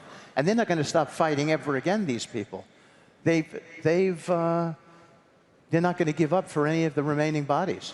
A lot of business people, entrepreneurs in this audience, you've dealt with some of the most complex negotiations now and dynamics around the world. You obviously dealt with complex negotiations in your business life before that. But what did you learn about negotiation and trust and leadership since being in this job? Well, trust and integrity is everything. And people have to respect you and believe in you. World leaders today respect and trust the United States of America because of Donald Trump's leadership. And that's just a fact. Thank you. I don't think they're used to that. I think they were used to people before this election who would say certain things and not do what they say. And he does what he says. And it carries a lot of weight in the world. The Abraham Accords kind of reshaped, obviously, parts of the Middle East, political, economic landscape. From your perspective, what's the next frontier for regional collaboration, and what does that look like? Well, look, Abraham Accords are big. I'm flying back to Washington tonight because we're going to announce tonight another country coming into the Abraham Accords tonight. Wow. Yeah. So do you want to, lift the curtain here, or do you want to? I have a show at 6 o'clock tonight. I don't know if it's out yet, and the president constantly says that, he thinks it's important, and how I do my job because I do it in this way, and I'm not a leaker. Okay, all right. So, well, if you could so just tell me before special report, that'd be helpful. I think it's going to be news by like 6:30 tonight. Okay, all right, we'll get it on. But bigger picture, next frontier, you think more things are happening. Dominoes are falling. Well, look, we have to, the critical piece of Gaza now is implementing. I was on the phone before I just got in with the Turkish foreign minister, with Ron Dermer. So Jared, I, and a very, very, very strong team are very focused on implementation. What you learned what I learned in the real estate business is just because you bought the deal didn't mean you were going to make any money from it. And so you really had to be focused on the execution, what the exit plan was, and execute correctly. And that's what we're doing in Gaza. And I think if we hold it together, then we'll have even more credibility around the world. And I'm very confident we will hold it together and we will complete the mission.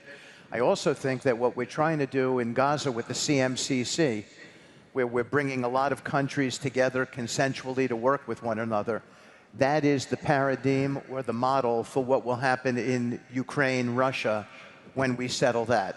And we will settle it. And I think that's probably the most important one to settle next. Yeah. Let me just finish with Gaza. For some people who look at it and say it's stuck in second gear and it's not moving forward, I know you see things that we don't see. The thought was that these Gulf nations, perhaps other Arab countries, were going to put forces in and then Hamas would disarm eventually. You're saying it is step by step moving that way. Well, first of all, Hamas has always indicated that they would disarm. They've said so. They've said it to us directly in that famous meeting that Jared had with them. And so I hope that they keep their word, because I think if they do, they'll understand that the development plan that we have for Gaza is really terrific. A lot better than anyone has ever discussed before. How we're going to finance it, aspirational upside for the people to be a part of it, tremendous jobs program. So I think as people begin to see what we're going to do there, I think they're going to be very, very bought in. But that said, and just to explain Hamas's position, we are right in the middle of standing up a decommissioning process of weapons, a demilitarization, an amnesty program. And Hamas has always said that we're going to need the international security force to come in here and be the layer who they give the weapons to. And we haven't finished that yet. That hopefully finishes in the next 3 weeks. And we think that'll be the opportunity, that'll be the inflection point where we see if everyone's going to do as they say they're going to do and demilitarize.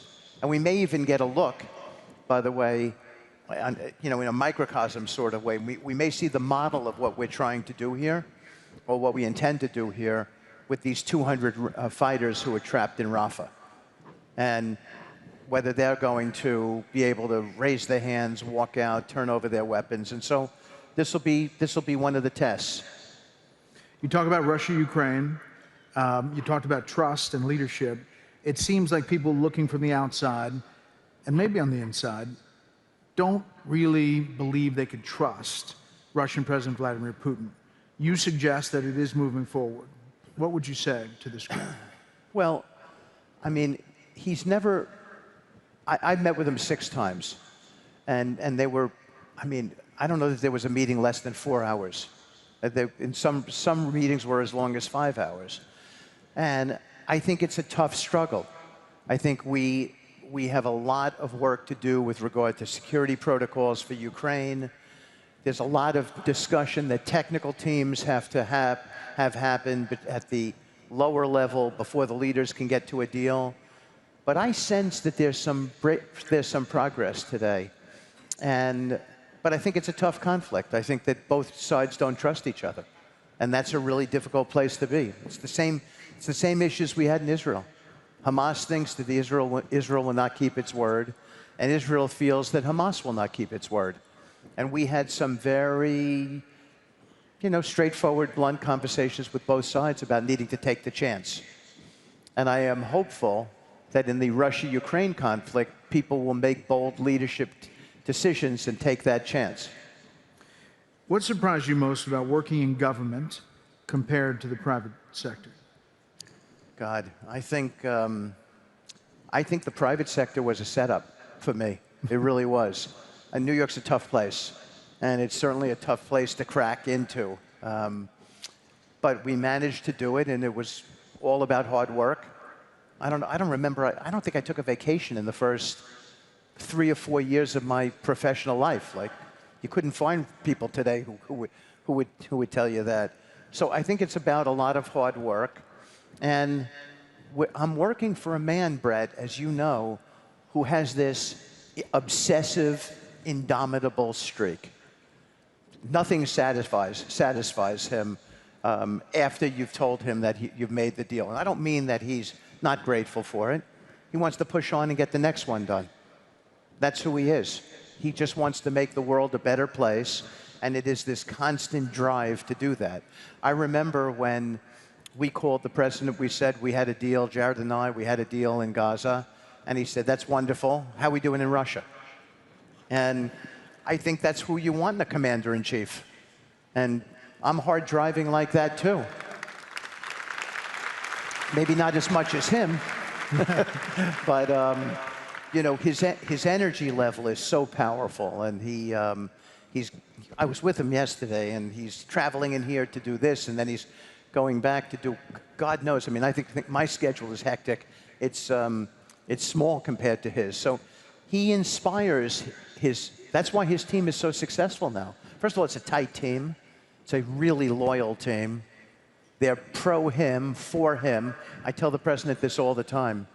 And I don't know, it's just one of the I think it's the most blessed experience of my life to be doing what I'm doing. As you talk to small business owners, entrepreneurs, yesterday Ken Griffin said, hustle. If you can out-hustle, you can beat 90% of the folks who are out there. Yeah, I totally agree with Ken. Totally. You couldn't say it better, and it's simple, but it's true. Out-hustle. I agree with that. Outwork people. I remember when I got my first job, they told me it started at 8. My father told me to get in at 7. I got in at 7 every single day. And he said to me, never get in the elevator before you know that the boss has gotten in the elevator first. And so out-hustle was the message, and I think you got to do that. How did the experience representing your country, engaging with leaders across the Middle East, across the world, change your view of leadership, of legacy, of where America stands in the world? That leadership matters, that one person can matter.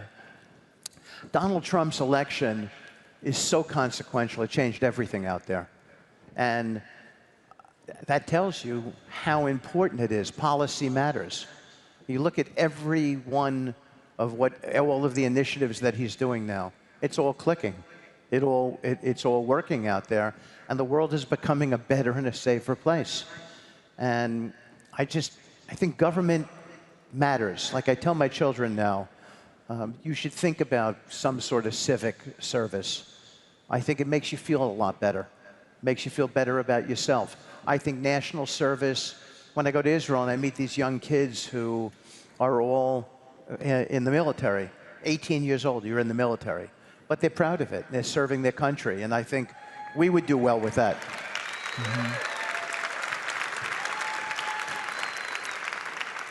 What do you want your legacy to be? Pardon me? What do you want your legacy to be? Well, I hope my legacy is that I'm remembered as a good person who tried to do things in the memory of his son. I hope.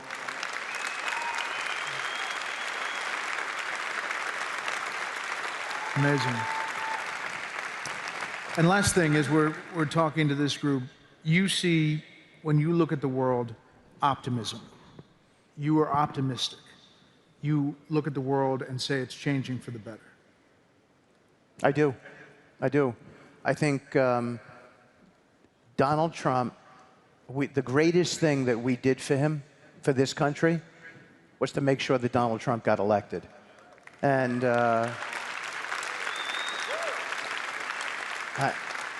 I am, Brett, I go into that Oval Office, and I am in awe of the things that we're working on today. How to drop mortgage rates, how to find peace in the world, how to make sure we initiate tariff policy, because it's given us a lot of leverage out there. On top of that, we're making money. Just how to make the world a better place. He's interested in fixing everything. We can't fix everything, but we're going to try. And I think that's the sort of president that we have. We have someone who's going to use his power to try everywhere he can. And he makes decisions pretty quickly. I mean, it is a bunch of people, but when the decision's made, it's made. You know, I think, Brett, not only does he make decisions, when I say quickly, I don't mean without thought.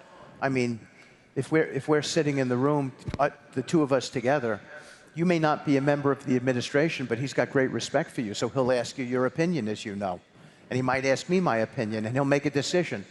And it's possible it's not the perfect decision, but he doesn't stumble because of that. Then he goes on to make another decision that's going to be the perfect decision. My point is, he knows that sometimes we're not going to get it perfectly, but he just keeps on knocking at the door. And invariably, he gets it right. So it's pretty remarkable for me to watch. And world leaders, how do they look at him? They're blown away. Blown away. In the Arab world, there's huge respect for him. You know, people respect power there. They respect fortitude. They respect people keeping their word, like not coming in and out. That's who he is. I think Vladimir Putin completely respects him. I think this trip that he made to the Southeast Asia shows you that Xi respects him. And they respect the fact that he'll do things to enforce America First policies. They can't circumvent us anymore. I think they all respect us. And if you, in these decisions where you're making these peace deals, what do you take away from that negotiation and how to get it across the finish line? When you're in the heat of the battle, going down to the nitty-gritty, what's the best trick to be able to get there? Well, you know, Jared and I, in the last several days of the Gaza negotiation, we both had there was no space between us on what we needed to do. You can't make a good deal unless it's good for each side. And even if someone signs a bad deal, he'll be intent on breaking the bad deal. So it was our job to find how both sides could digest and sell to their constituencies the deal that we were trying to make there. We had, I say it all the time, we had to convince Hamas that those hostages were no longer an asset for them. Those hostages had become a liability. And I think as we became successful in them appreciating that, that was the inflection point that led to the deal. And I think the same thing is going to happen at some point in Russia-Ukraine, that both sides will get to a place where they understand that solving that conflict kinetically is bad for them long term, either of them, that it should be solved diplomatically. And then they can both grow their countries. So as you're sitting at that table, you're trying to get something that they both agree on. You're trying to take the conversation. I mean, it can be pretty awkward. Yeah, yeah. And give them examples of examples give them historical context about why to do things like that. Why compromise at this moment might be the smart thing to do. Why someone being the bigger man might be a great example. Here's a small example of what I mean. When we did this whole deal at the president's direction with Azerbaijan and Armenia, these countries had been fighting for close to 40 years. And President Aliyev came in. His father was the former president, and he's got the much superior army. He took his moment to take back some land from Armenia. And we were sitting in the Oval Office, and the president asked the President Aliyev, while the president of Armenia was there, why did you stop? Like, you had them on the run. You've got the bigger military. What made you stop? And he said, because that's all I wanted back, was what they took. I didn't need more. And it was an amazing decision on his part to do that, Brad. He felt that going any further would hurt him internationally. It was an example of statesmanship. And I think that those are wonderful examples for conflicts out there where leaders should understand that they do better if they resolve things diplomatically, peacefully, with less loss of life than kinetically, and show everybody how big and tough their army is. You've been in the room for a lot of this, but there's been Armenia, Azerbaijan, Congo, Rwanda, India, Pakistan, Israel, Hamas, in this Gaza deal. Mm-hmm. There are others that the president is figuring out how those sides deal with each other. Yes. What's the secret sauce? Are they all different? Well, they all have different circumstances. Yeah, they do.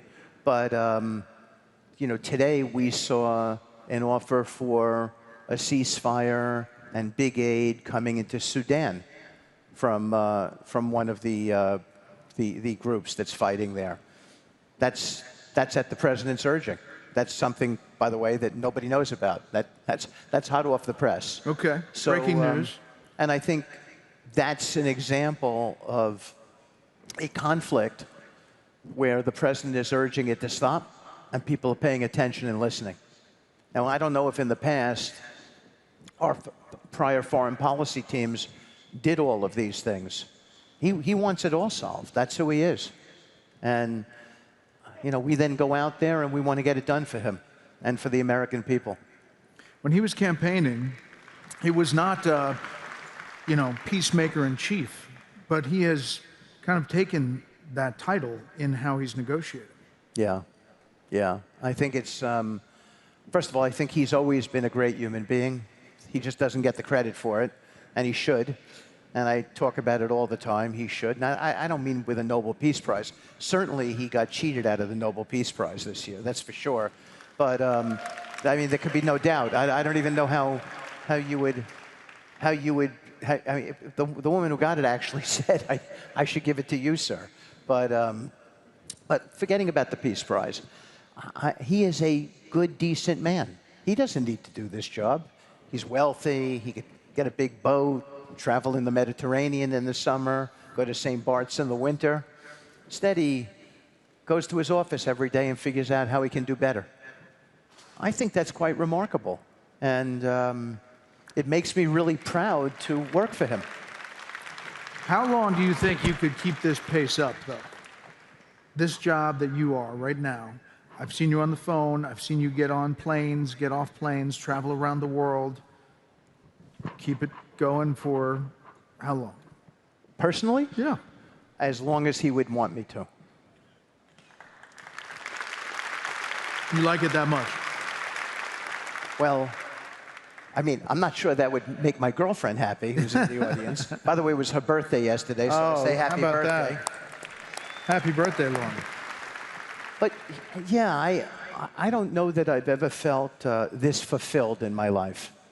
I feel really fulfilled that I get to do this job. It's an extraordinary experience. And you and I have talked about this.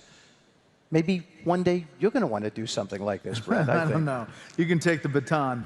It is passion, though, right? And would you say that when you find the passion, it makes a difference? Well, I get these calls from people who say, you made my life just a little bit better. And then I go into the Oval and I watch some of these hostages come out and tell the president what it was like for them. I remember when we got Mark Fogel home. He was in Russia. He was in Russia. We came in a snowstorm. called his 93-year-old mom from the plane, elated. She had no idea. And then the president spent 2 hours with him at 1 o'clock in the morning, showing him the Lincoln Room, talking to him about his experiences. He turned to me, he said to me, I didn't know I had a president like this. I didn't know that I had a government that cared about me this much. And you watch that, and you want to be a part of it. Mm-hmm. So that's what you're striving for, another one of those, another breakthrough. Well, no, I don't mean, I think we're striving to complete whatever President Trump tells us the mission is. We're trying to complete that. Mm-hmm. And I think when we can't get it done on his schedule, I think we all feel that we failed a little bit. And then he keeps on propping us up and saying to us, go on, get out there, go do it. He's an inspirational guy. Last thing, taking it back to the beginning, as you look at your business life and you look at this life, you said you'd give it all up to see those images of hostages coming home to their families. What's the next chapter for you? Well, I'm never going to go back to business the way I did. First of all, it was time for me anyway. I've got very capable kids. They're bright, super well educated. They're very, very close. And so that's for them to do now. They can watch after me a little bit. And I think I'll try to do, I think now that I've felt what it's like to give of yourself, I think I want to do it more. And even after the administration or whenever it is that I leave, that's where I think my life will take me. Well, Steve, we appreciate your service to the country, and thank you for being here at America Business Thanks, Fred. Forum. Thank you. Steve Witkoff, everybody. Thank you, buddy. Thank you.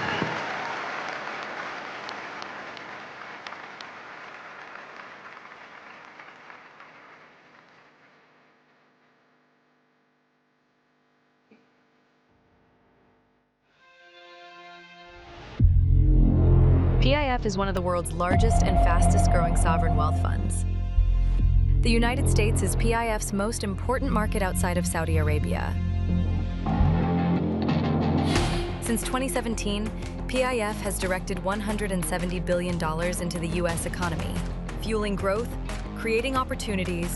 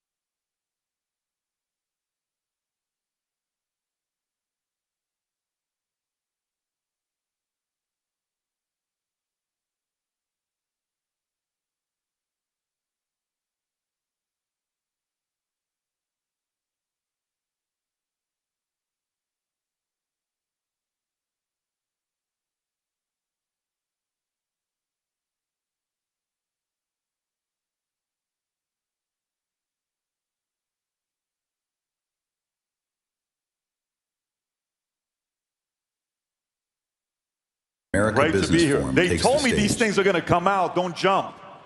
I was waiting for it. How's everybody doing today? Good? Fantastic. How you doing? Hey, man. Good to see you. Yes. See you.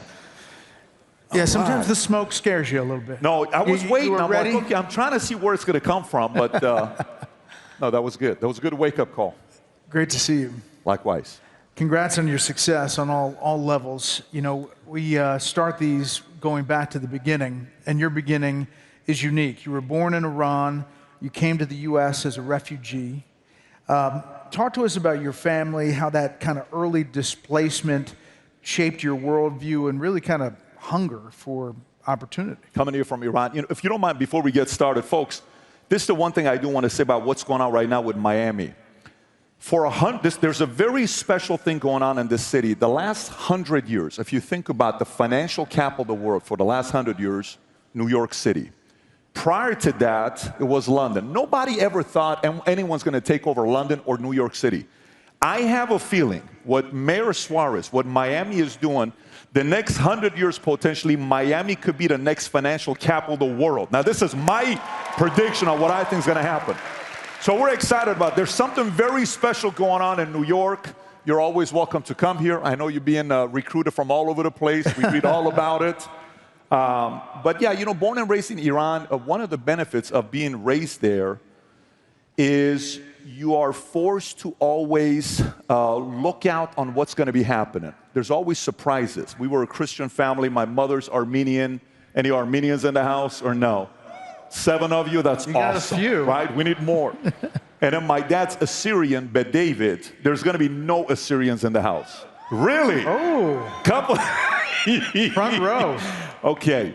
So born and raised in Iran, and this is 1978, October 18th. 3 months later, revolution happens. On the way to my mother going to the hospital with my dad, it's curfew. So they hold up my dad. My dad has to show my wife's water just broke. I'm trying to take her to the hospital. My son's going to be born. I'm born there. 3 months later, shots kicked out. We stay in Iran till July 15th of 1989. June 2nd or 3rd, Khomeini dies. When he dies, I'm in school called Gulbenkian. I don't know what's going on. This is no cell phone, no nothing, no text, no pagers. My parents panic. They eventually get me. We get out, and I get to the house. My mom and dad had a conversation, and they said, we got to leave. He's going to turn 12. When he does, he has to serve the military here. That was my mom's idea. And then we left. July 15th, got on the plane, went to Germany at a refugee camp, and then came to the States November 28, 1990. But the part about being in Iran and the conflict and the refugee camp, you learned how to deal with people from different walks of life. And that kind of applies into business, because when you go into the Army, 101st Airborne Division, I'm the only Middle Eastern guy there. Everybody else is looking at each other saying, where are you from? And you know, folks from South Dakota have never seen somebody looking like this. This is not a normal face in South Dakota, you know, or Alabama. And they say, what are you? Why do you have a nose looking like that? I said, this is a legendary nose in the Middle East. They don't make them like this anymore, right? You can spend $20,000 to get a perfect nose. You're going to need to spend billions to get a nose like this. This is God-given. Anyways, so that was the part where people skills, learning everybody else's story. I was kind of complimenting Brett in the back. How many guys would agree with me on this? When there is a debate, if he's moderating, I trust he's going to be fair to everybody. Yes or no? Who makes some noise if you agree with that? The man's probably the best moderator we have every time we have elections, but I don't know if I answered your question. No, that's good. But that's good. I mean, it's about hunger and for opportunity. At 28, you ask yourself kind of who you wanted to be. And you decide you want to be a leader among leaders. And you talk about the life that you had when you were in your 20s and how you got to that crossroads where you had to kind of dig deep and figure out who you were.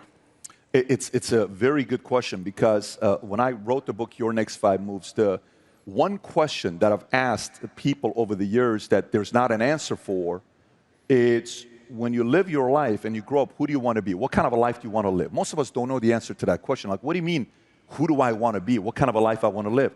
Who do you want to be? Do you want to be the #1 guy? You're the founder where all the pressure's on you.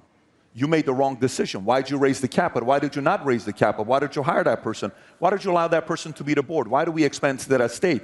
That's not the good move regulatory-wise. Everything is on you. Some may like it, some may not like it. You may say, I don't want to be that guy. I want to be support. I want to be one of the executives. I want to get equity and be behind the scenes and bring value to the company. And that's my way of creating wealth and becoming somebody and making my family proud. You may be somebody that says, I'm a guy that's good on camera like you. I want to sit there and talk to people. I feel comfortable in front of camera. I'm okay with that pressure. I'm okay with the amount of criticism you get when you're on camera. And not a good question. Why did he ask this? That was not fair. You have to be okay with the level of pressure that comes with that. So for me, I was 28. It was a very weird phase of my life.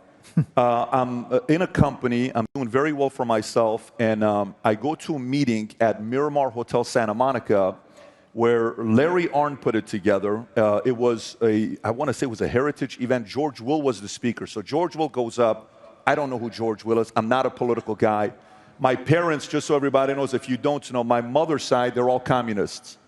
Except for the grandfather that made all the millions that they spent. He was a capitalist, which I don't know if you guys know what I'm talking about. Some tells me Miami knows what I'm talking about. My dad's side, they're all imperialists. So on one side, everybody says poor people are lazy.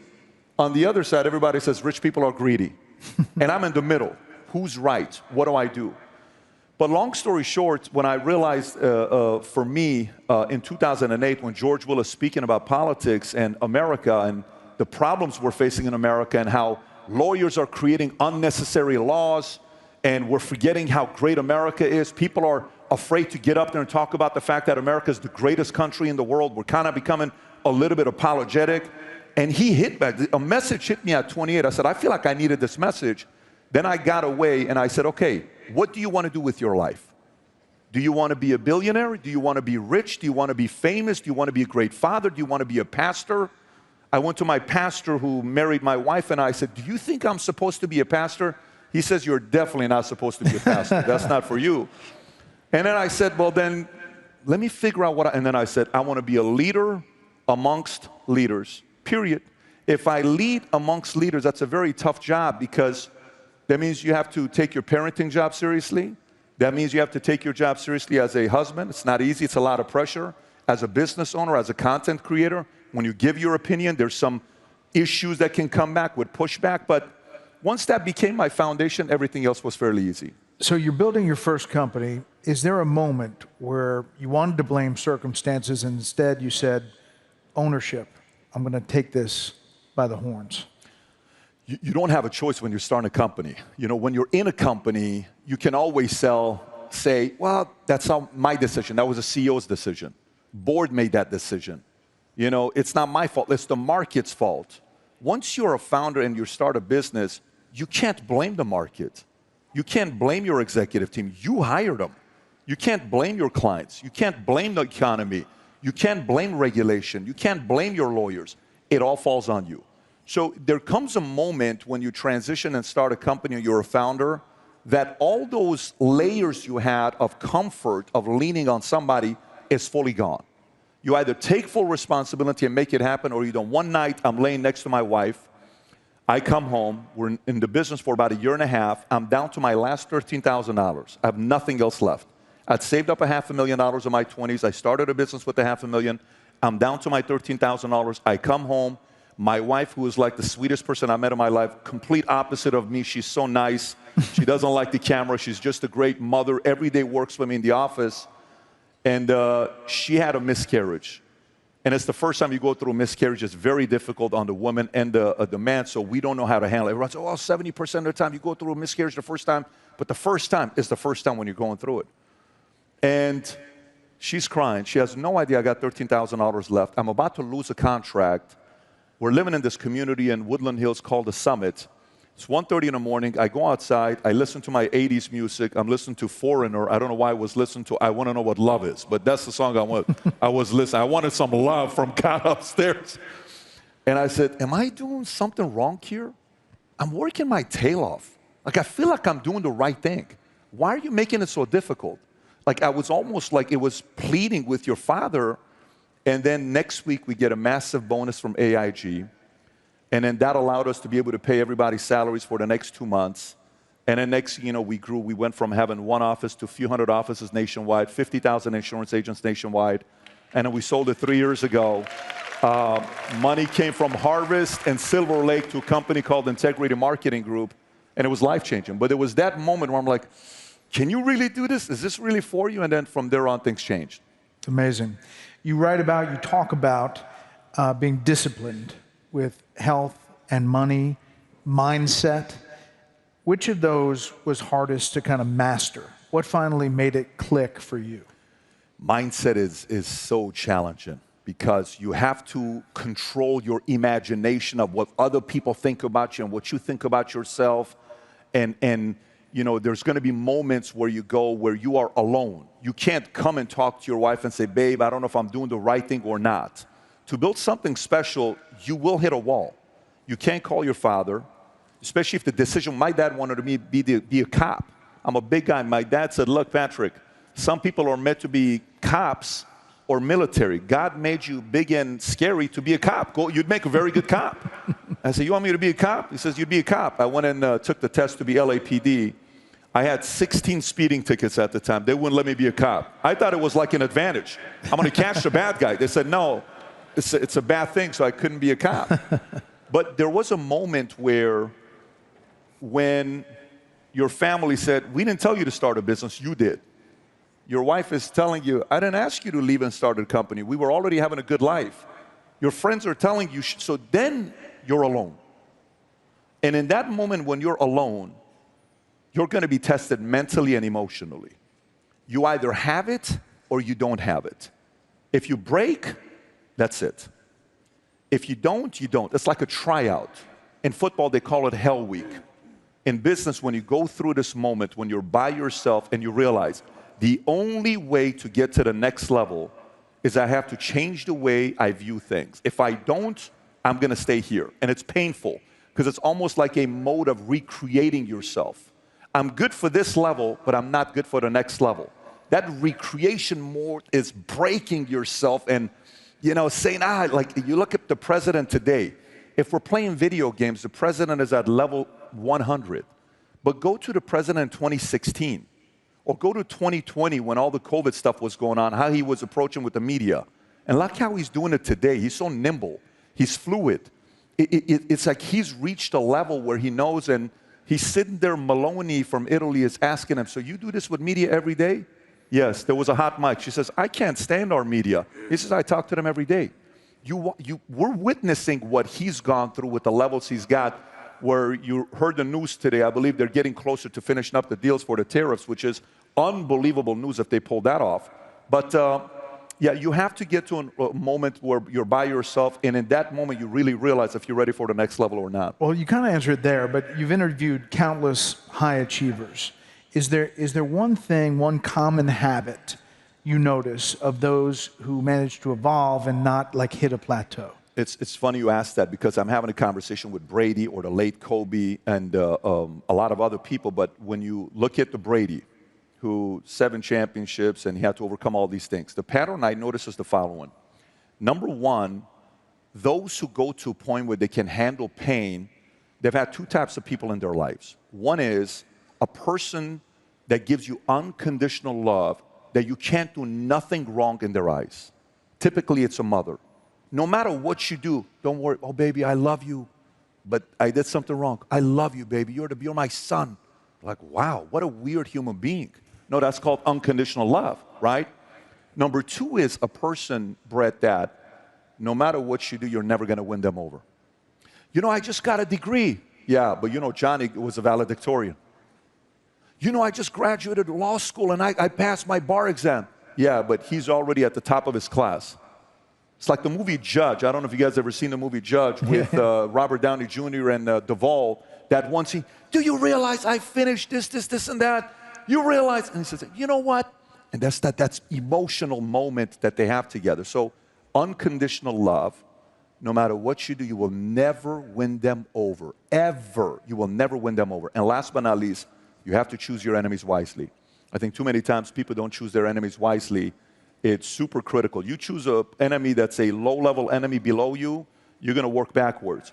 you choose an enemy ahead of you that brings out the best in you, you're going to see a different side of you. So that's what I would say, those three things. The other thing you said, and you've talked about this, that's great stuff. You've mentioned that the busiest, most successful people you know are the ones that get back to you the fastest. They answer you the quickest. That's a unique thing. I mean, people could let a text message stay for days without answering it. But they're the ones that get back right away. That is such a crazy thing. So the other day, wild story, I'm on Jesse. And I do Jesse's show. Jesse Waters. Jesse Waters, friend of yours. You guys work together.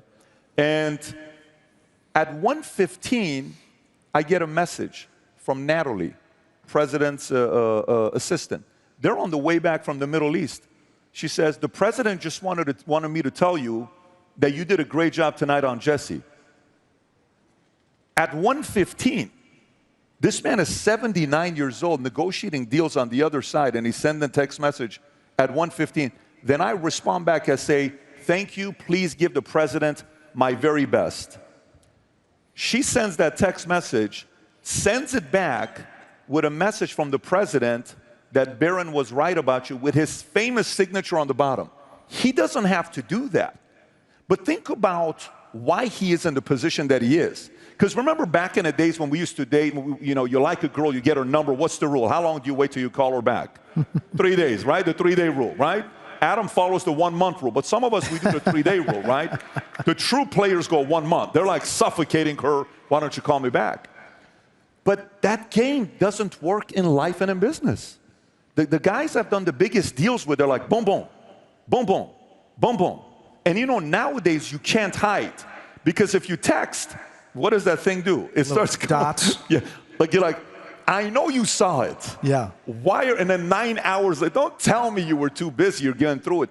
There's a certain element of urgency. I heard Mr. Steve Witkoff talk about it when I was in the back, listening to the interview, and he said a certain level of being demanding and urgency. By the way, not everybody can work with people like that. It's not for everybody because the level of demanding is constant. And the standards and expectations are so high that most people are like, I don't know if I can work with a person like this. You're right, it's not for everybody. But to me, doers, they get back to you like this.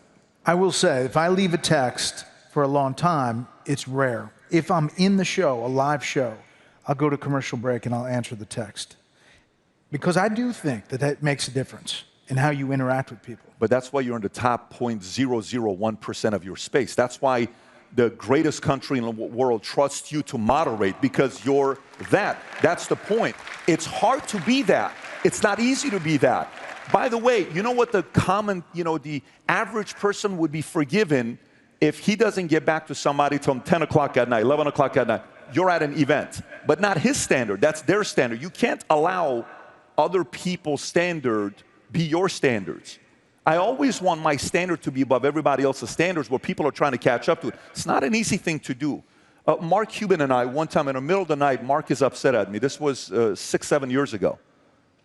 He emails me. At 2 o'clock, we're going back and forth. Email, email, email, email. We have this thing that we do. Mark will DM me on X or email, and we'll go for 6 hours just fighting each other. It's a great fight. It would be such a good podcast, but it's private, right? Because we've done some things 10 years ago. I'm sitting there saying, this guy's a $6 billion guy. He's a $6 billion guy. You know, he owns the team. He owns all these businesses. So there's something special about people that get back to you quickly. So going back to your origin story, you went from escaping a revolution to kind of leading one, not with weapons, but with words. Let's take a look at this video.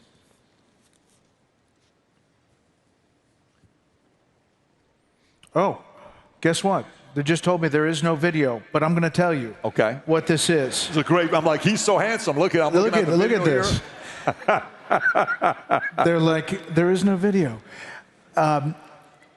What it basically said was you have one of the hottest podcasts, and you go back and forth. You share your views.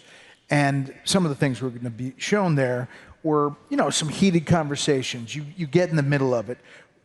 But you always talk about freedom and what freedom means to you after everything that you've lived. And you have a unique perspective on that. Yeah, there is nothing like it. I mean, look, imagine you're walking in the streets and your parents tell you, if you get pulled over by Hezbollah today, they ask you what your religion is, say, I don't believe in God. You don't have a religion. Don't tell them you're a Christian. Imagine you're raised in an environment like that. Imagine you're raised in an environment where you're living in a city called Tehran, where your mother and your sister are walking across the street to go buy tomatoes, and a little bit of hair is out. They pull aside and take your mom and sister, and you have to go with them. Imagine, just a little bit of hair is out. Imagine you're living in a city where middle of the night, alarm goes out, Tabajo, Tabajo, Alamate Kermes. Oh, you hear these alarms because Saddam Hussein's planes have crossed the border, and then you hear whistling sounds. 3-second pause.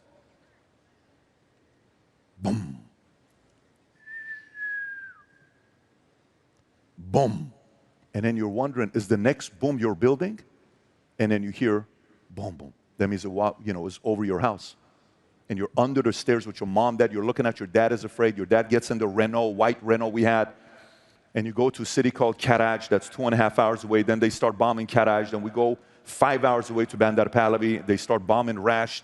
And you're sitting there saying, what the hell are we going to do with this? What's going to happen with this? So to me, freedom is such a valuable currency that I think sometimes we living in America, we forget about how valuable that is. If there's anything I tell you, when my wife and I, when we sold the company and money hits the account, who has sold the company before and the money hits the account? Who's experienced that before? There's a lot of wealthy people in the room here. Who knows that feeling when the money hits the account, you're like, oh my God.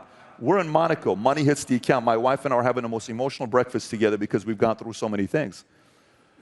And we're sitting there, I said, babe, we made money. We made real money. But today we made real money.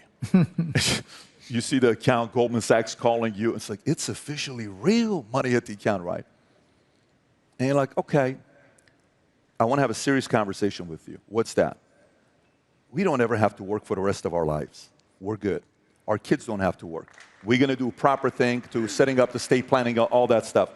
But I said, let me tell you, I'm planning on going on a 40-year run that started last July 1st of 2024, purely because of my paranoia of what could happen if they try to destroy the greatest country in the world. And you better believe they're going to try to do it. You don't think China every morning wakes up saying, what can we do to make sure that country falls? You don't think Iran wakes up every morning trying to confuse the hell out of all of us? You don't think all these countries wake up in the morning trying to pin us against each other? You don't think they want to see a civil war in the Republican Party? You don't think they want to see a civil war in America? You don't think they want to see us going at each other as if we hate each other? You don't think some of that is fabricated? You think it's real? You think it's real? I remember being in my mother's, when I'm with my mother, and one of our aunties would come. This is pre our parents getting a divorce. My parents married each other. My sister's born, they got a divorce. Remarry each other, I'm born, they get a divorce. There was this one lady, I never say her name. I would sit over there and I would watch what she would say to my dad, what she would say to my mom. You know what John bought Mary? Bought her a $10,000 necklace. How come Derek doesn't do that? Why doesn't your husband buy you that kind of a thing? And then my wife would say, you're right. You're more beautiful than her. You're more beautiful than her. He should buy you everything. I wonder how much he loves you. And I'm sitting, this lady is saying this to my mother. And then my dad, after working a 14-hour shift, leaving 5 o'clock in the morning to Karaj, would come home. And I would see my mom is just getting riled up by like 5 o'clock, 6 o'clock, 7 o'clock, 8 o'clock. And then boom, he walks in, they get into the biggest fight. Pots flying, all this other stuff. I don't know if you've seen some legendary fights. They say the greatest debate is Hillary Clinton against Trump.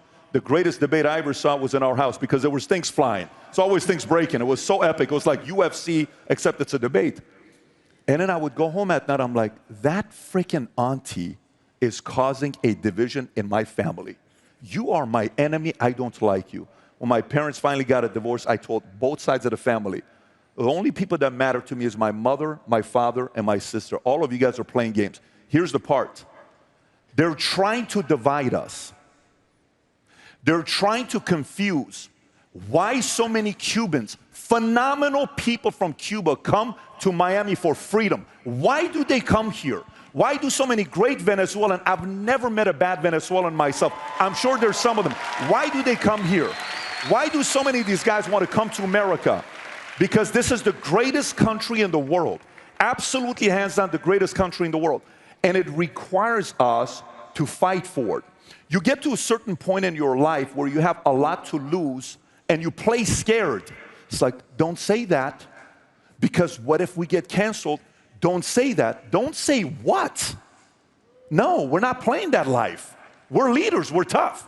We stand up, and I want to be respectful about my argument. I'm not going to disrespect you. This is what I think is going on. Like right now, Mamdani winning New York City, everybody's like, no one's going to leave New York City. No one's going to leave New York City. Forget about who's leaving New York City. The question is, who's moving to New York City? Who do you think? The guy wants to let people out of prisons? It's a great place for criminals. The guy wants to take care of illegal immigrants? Fantastic, go move to New York City. The guy wants to sit there and start opening up all this stuff for everybody else? What are you talking about? You think this is the right way to go? You think America, that in 249 years did what many of these countries that have been around for a couple thousand years couldn't do? You don't think that's special? This is the greatest story in the world. My goal is to see a lot of other people, when events like this are happening, Brett, is for people to come in and say, you know what? I'm a good person. I work hard. All I want to do is raise my kids based on solid values. I want my kids to have their dreams to become a reality. I want to spend time with my family. I want to be free. I want to enjoy my time. And I want to be able to go to church. I want to be able to talk about things that matter to me. I want to be able to be wealthy without people judging me for the life I'm living. I just kind of want to be left alone. But if you cross the line, you're going to see a different side of me. I think that's probably what most of us have in common here. Yeah. You're unapologetic about being pro-capitalism. In your view, what do most critics misunderstand about capitalism's moral dimension? You know, the fact that you talk about Mamdani and you talk about, you know, some of the different views about socialism. You know, President Trump calls it communism, but democratic socialism. But capitalism and your defense of it from a moral perspective. Yes, because capitalism is honest. And here's what I mean by it's honest. If your idea sucks, you're going to go out of business. If you don't take care of your people, for instance, let's just say I don't offer health insurance and 401k and LTIP and equity, and I want to keep you. Right now, let's actually make an offer to Brett Baer. You work at Fox News. You make millions of dollars. You're a very wealthy man. The market right now is in a very bad place. Disney needs talent desperately. Disney's begging YouTube to allow ESPN to be back on there because the games they're playing. Disney created a website for people to go to lobby to allow YouTube to put their app back on. And they're saying, we don't want to do this. To the point where Pat McAfee is saying, don't get me involved. I know you're paying me. I don't want to do this. CBS right now brings Barry Weiss, right? And Barry wants to go get somebody like you. I don't blame them. Guess what's going to happen? Fox is sitting there. If I'm your agent, say I'm your agent. This is a great opportunity for me if I'm your agent. Guess what I'm doing? I'm going to say, Brett, this is fantastic. Let me make a phone call to Lachlan. I'm going to call Lachlan. I'm going to say, hey, Lachlan, Brett Baer is about to go to CBS. He's going to get a 3-year, 4-year, 5-year, $75 million contract. What do we want to do to lock in the greatest moderator of our era? Do we want to lose him? No. Lock him in right now. He's not going to CBS. That's capitalism. What are you going to do? You think you're going to lose? Are you available?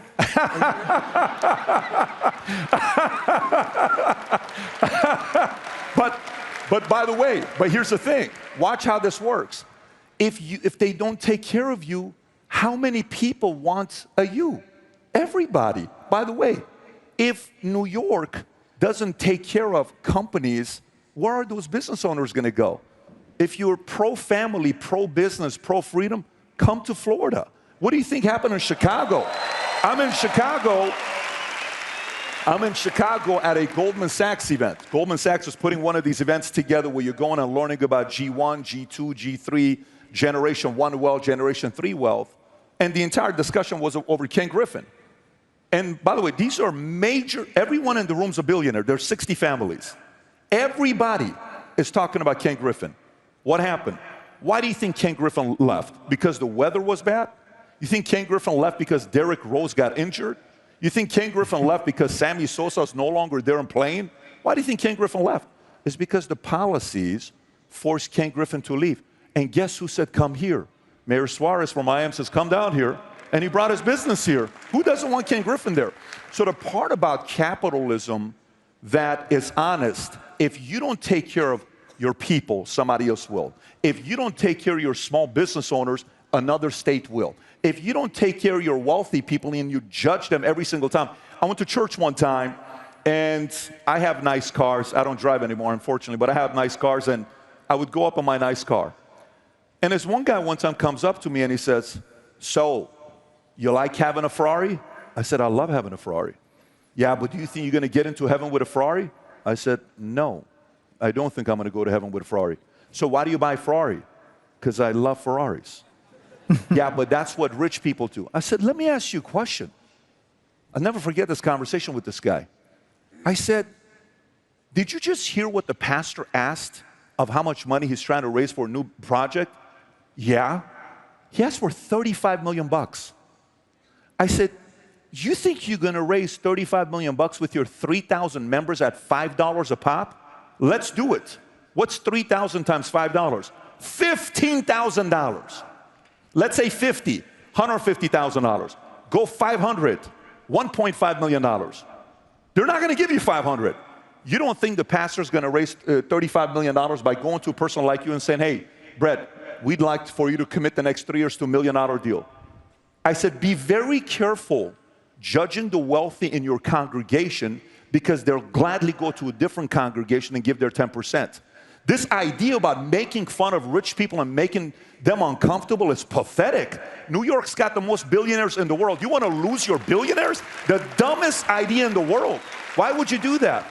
A person that becomes a billionaire, you think a billionaire is carrying their money cash with them? You think a billionaire's, yeah, I got all my cash here. What do you think a billionaire's money is? It's paper money. Where is the money? It's in a company. It's in a bank that's given a loan to somebody to buy a house. It's given a loan for somebody to buy a car. Where do you think money sits? You think billionaires sit in their house and they say, honey, let's count the money one more time. Go ahead. 100, 200, 300, 400. No, it's time to go back and recognize heroes. Recognize these people that won. I think it's a massive problem that we have. And by the way, I think it's starting with our education system, but I'll pause right here. I want to talk about that. Please. Because you've said that capitalism rewards value creation. You're just talking about it there, not victimhood. But how do you teach that to a generation now raised on social media outrage and TikTok and everything else? My kids, my oldest son is 13 years old. I have a 13, 12, and 9. 13-year-old boy, 12-year-old boy, 9-year-old girl, 4-year-old girl, Brooklyn, the best. She's the glue. She's funny. And there's nothing like Brooklyn, middle of the night. She's small, she's tiny, but she's the loudest, and she's got the best temper. Bad temper she's got, 4-year-old girl. 4 o'clock in the morning, this is what we hear. She runs from her room, opens the door, and she does not know how to close the door quietly. You guys know what I'm talking about. Parents know what I'm talking about. Bam! Slams it. We all wake up, right? And then she lays next to you, and then she goes like this. Daddy, I love you. I'm like, I love you too, baby. 2 nights ago, she says, Daddy, I said, yes, baby. I have to go shopping at Target with Mickey today. I said, babe, why are you telling me 4 o'clock in the morning, right? These kids are funny. But our oldest, they get criticized at school, and they'll say, your dad's rich. You're just a rich, spoiled kid. And my kids will say, then why is it that you have an iPhone and I don't? My kids don't have iPhones. 13-year-old kid doesn't have an iPhone. He doesn't know what social media is. By the way, now, parents, why did you do that? Okay, great question. So there's when we go to dinner, I catch myself, you know, because social media is not only addicting to kids. We think we're not victims of it. You can be 50 years old and you see going like this. My dad is 83 years old. He's on his phone all day. So this isn't like only something that's to kids.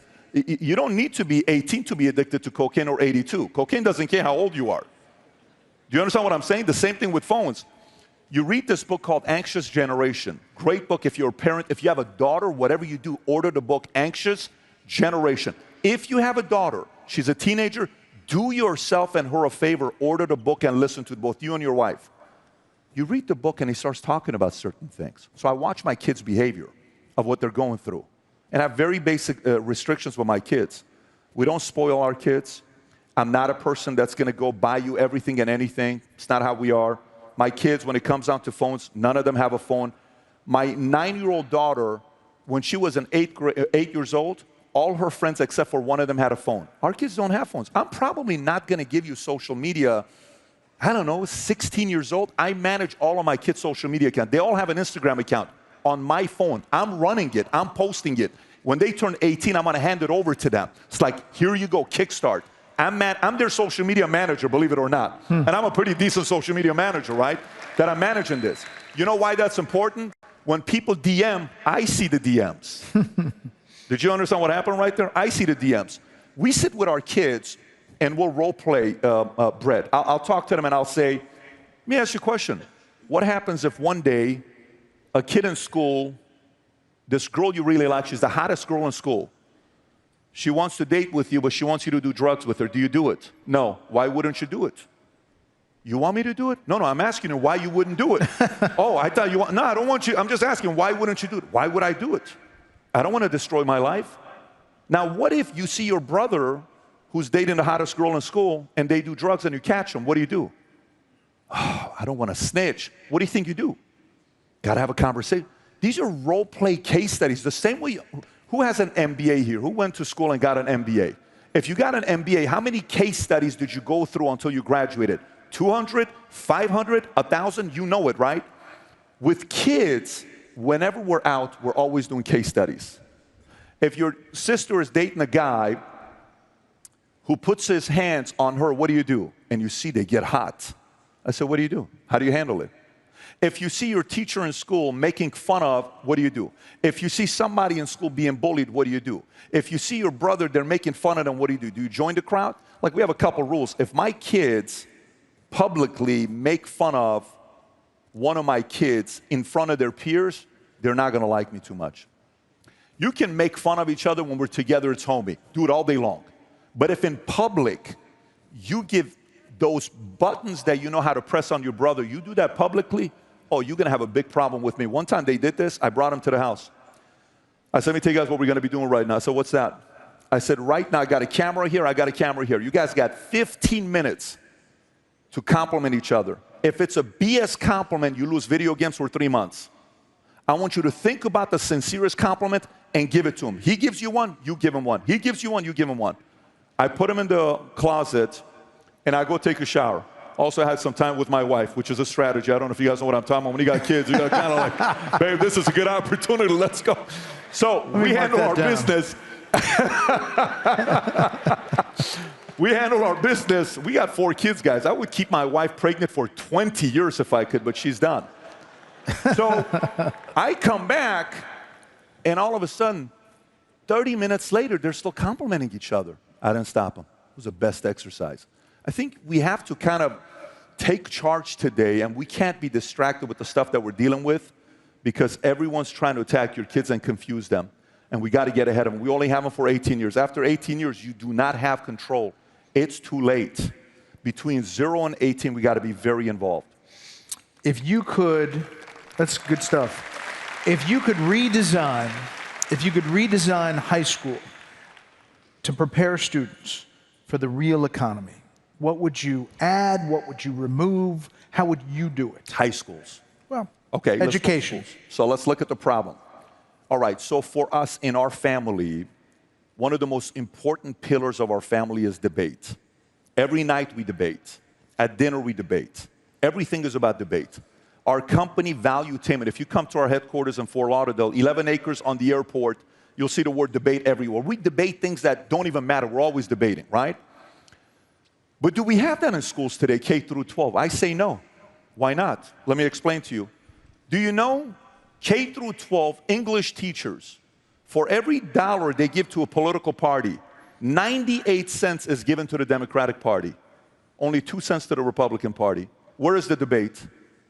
Do you know when you go to only professors that are fairer is math.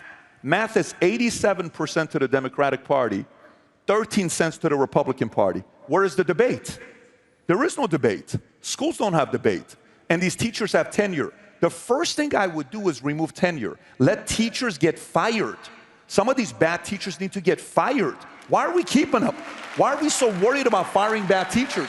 If you're a bad teacher, go work at the DMV. Go make IDs. Go do something else. I've met some teachers that are horrible. There should be government employees working at the DMV with the, you can wait 2 hours. Excuse me, sir? What did you say? Get back to the line. These teachers need to go work at the DMV. It's a great career. You get good benefits from the government. You get a 457 plan. But it's not for everybody. That's one. Teachers should get fired. Bad teachers fired, the bottom 20%. That's not going to sit well. Watch the unions come after me. You're a horrible person. It's his fault. He asked me the question. Sorry. I'm just telling you what I'm thinking about, right? Fair and balanced. I want debate. I want recognizing and lifting up the right heroes. When you and I were kids, our parents built somebody up as a hero. And you would look up at them, right? You're like, man, one day I want to grow up and be like this person because somebody built them in heroes. Public schools, who are teachers turning into heroes? Who? They're bashing capitalists. They're bashing job creators. They're bashing rich people. They're bashing those people. And they're highlighting who? Everybody else? I think there is no debate. I would remove the bad teachers. I would talk more about who to marry, how to marry, because nowadays people have no clue who to marry, how to marry. Before I got married, my wife and I, on our second date, I went to Borders and I bought her a book. The book was called 101 Questions to Ask Before You Get Engaged. I gave it to her. I had done the exercise with that book with 3 other girls. I said, look, I have all my answers. I want you to go through it. She did. A week later, we sat down. 6 hours, we went through everything. I said, I think I'm going to marry this girl. Then we got married. So we have to teach how to marry. We have to teach about having kids. And we have to teach the tax code. Because it's important to teach the tax code early for you to understand how to vote, how to invest, start a business, what states, what is state tax, income tax. We have to really go deep into the tax code. But to do that, it's going to be challenging to do it in public schools. I could listen to you all day. I really could. I love the stories and the advice, but if you had one piece of advice for all these folks out here, there's a lot of entrepreneurs, a lot of small business owners, one piece of advice from your life experience, what would it be? If you're talking about the one advice that I would give my kids, you know, many years ago, I was solving for what I need to do to be happy. It's like the key to life is you got to be happy. I'm under too much stress. I want to be happy. I realized that's phony. That's fake. Happy is like, you know, if you want to see me happy, let's have a medium rare bison with some foie gras and some beef carpaccio with some nice, you know, Parmesan cheese on top of it, with a nice Arnold Palmer 80-20, 80% iced tea, 20% lemonade, squeeze lemon in it, and give me 6 people that are good people to talk, I'm the happiest person alive for 2 hours. And then it's gone. But then you go the next day, eat the same thing again, because you got to keep that happiness, right? Going every single day. But to me, what I learned is the following. There comes a point in our lives where you have a certain values and principles that you want to live by. If these values and principles that you're teaching your kids are aligned with the way you live, you're living a fulfilled life. If these values and principles that you're telling your kids to live by contradicts the way you live, you are miserable. So every time I measure myself is, am I living this life? But because if I'm acting, I'm not loose. I enjoy being loose. I enjoy being free to share my thoughts. And the only time I'm not is when these guys are fighting. So I try to do my best to live an aligned life. If you live an aligned life, you're going to live a fulfilled life, and future looks bright if you do so. Patrick Bet-David, ladies and gentlemen. Thank you. Thanks, everybody. Thank you so much. Yes, thank you. Take care.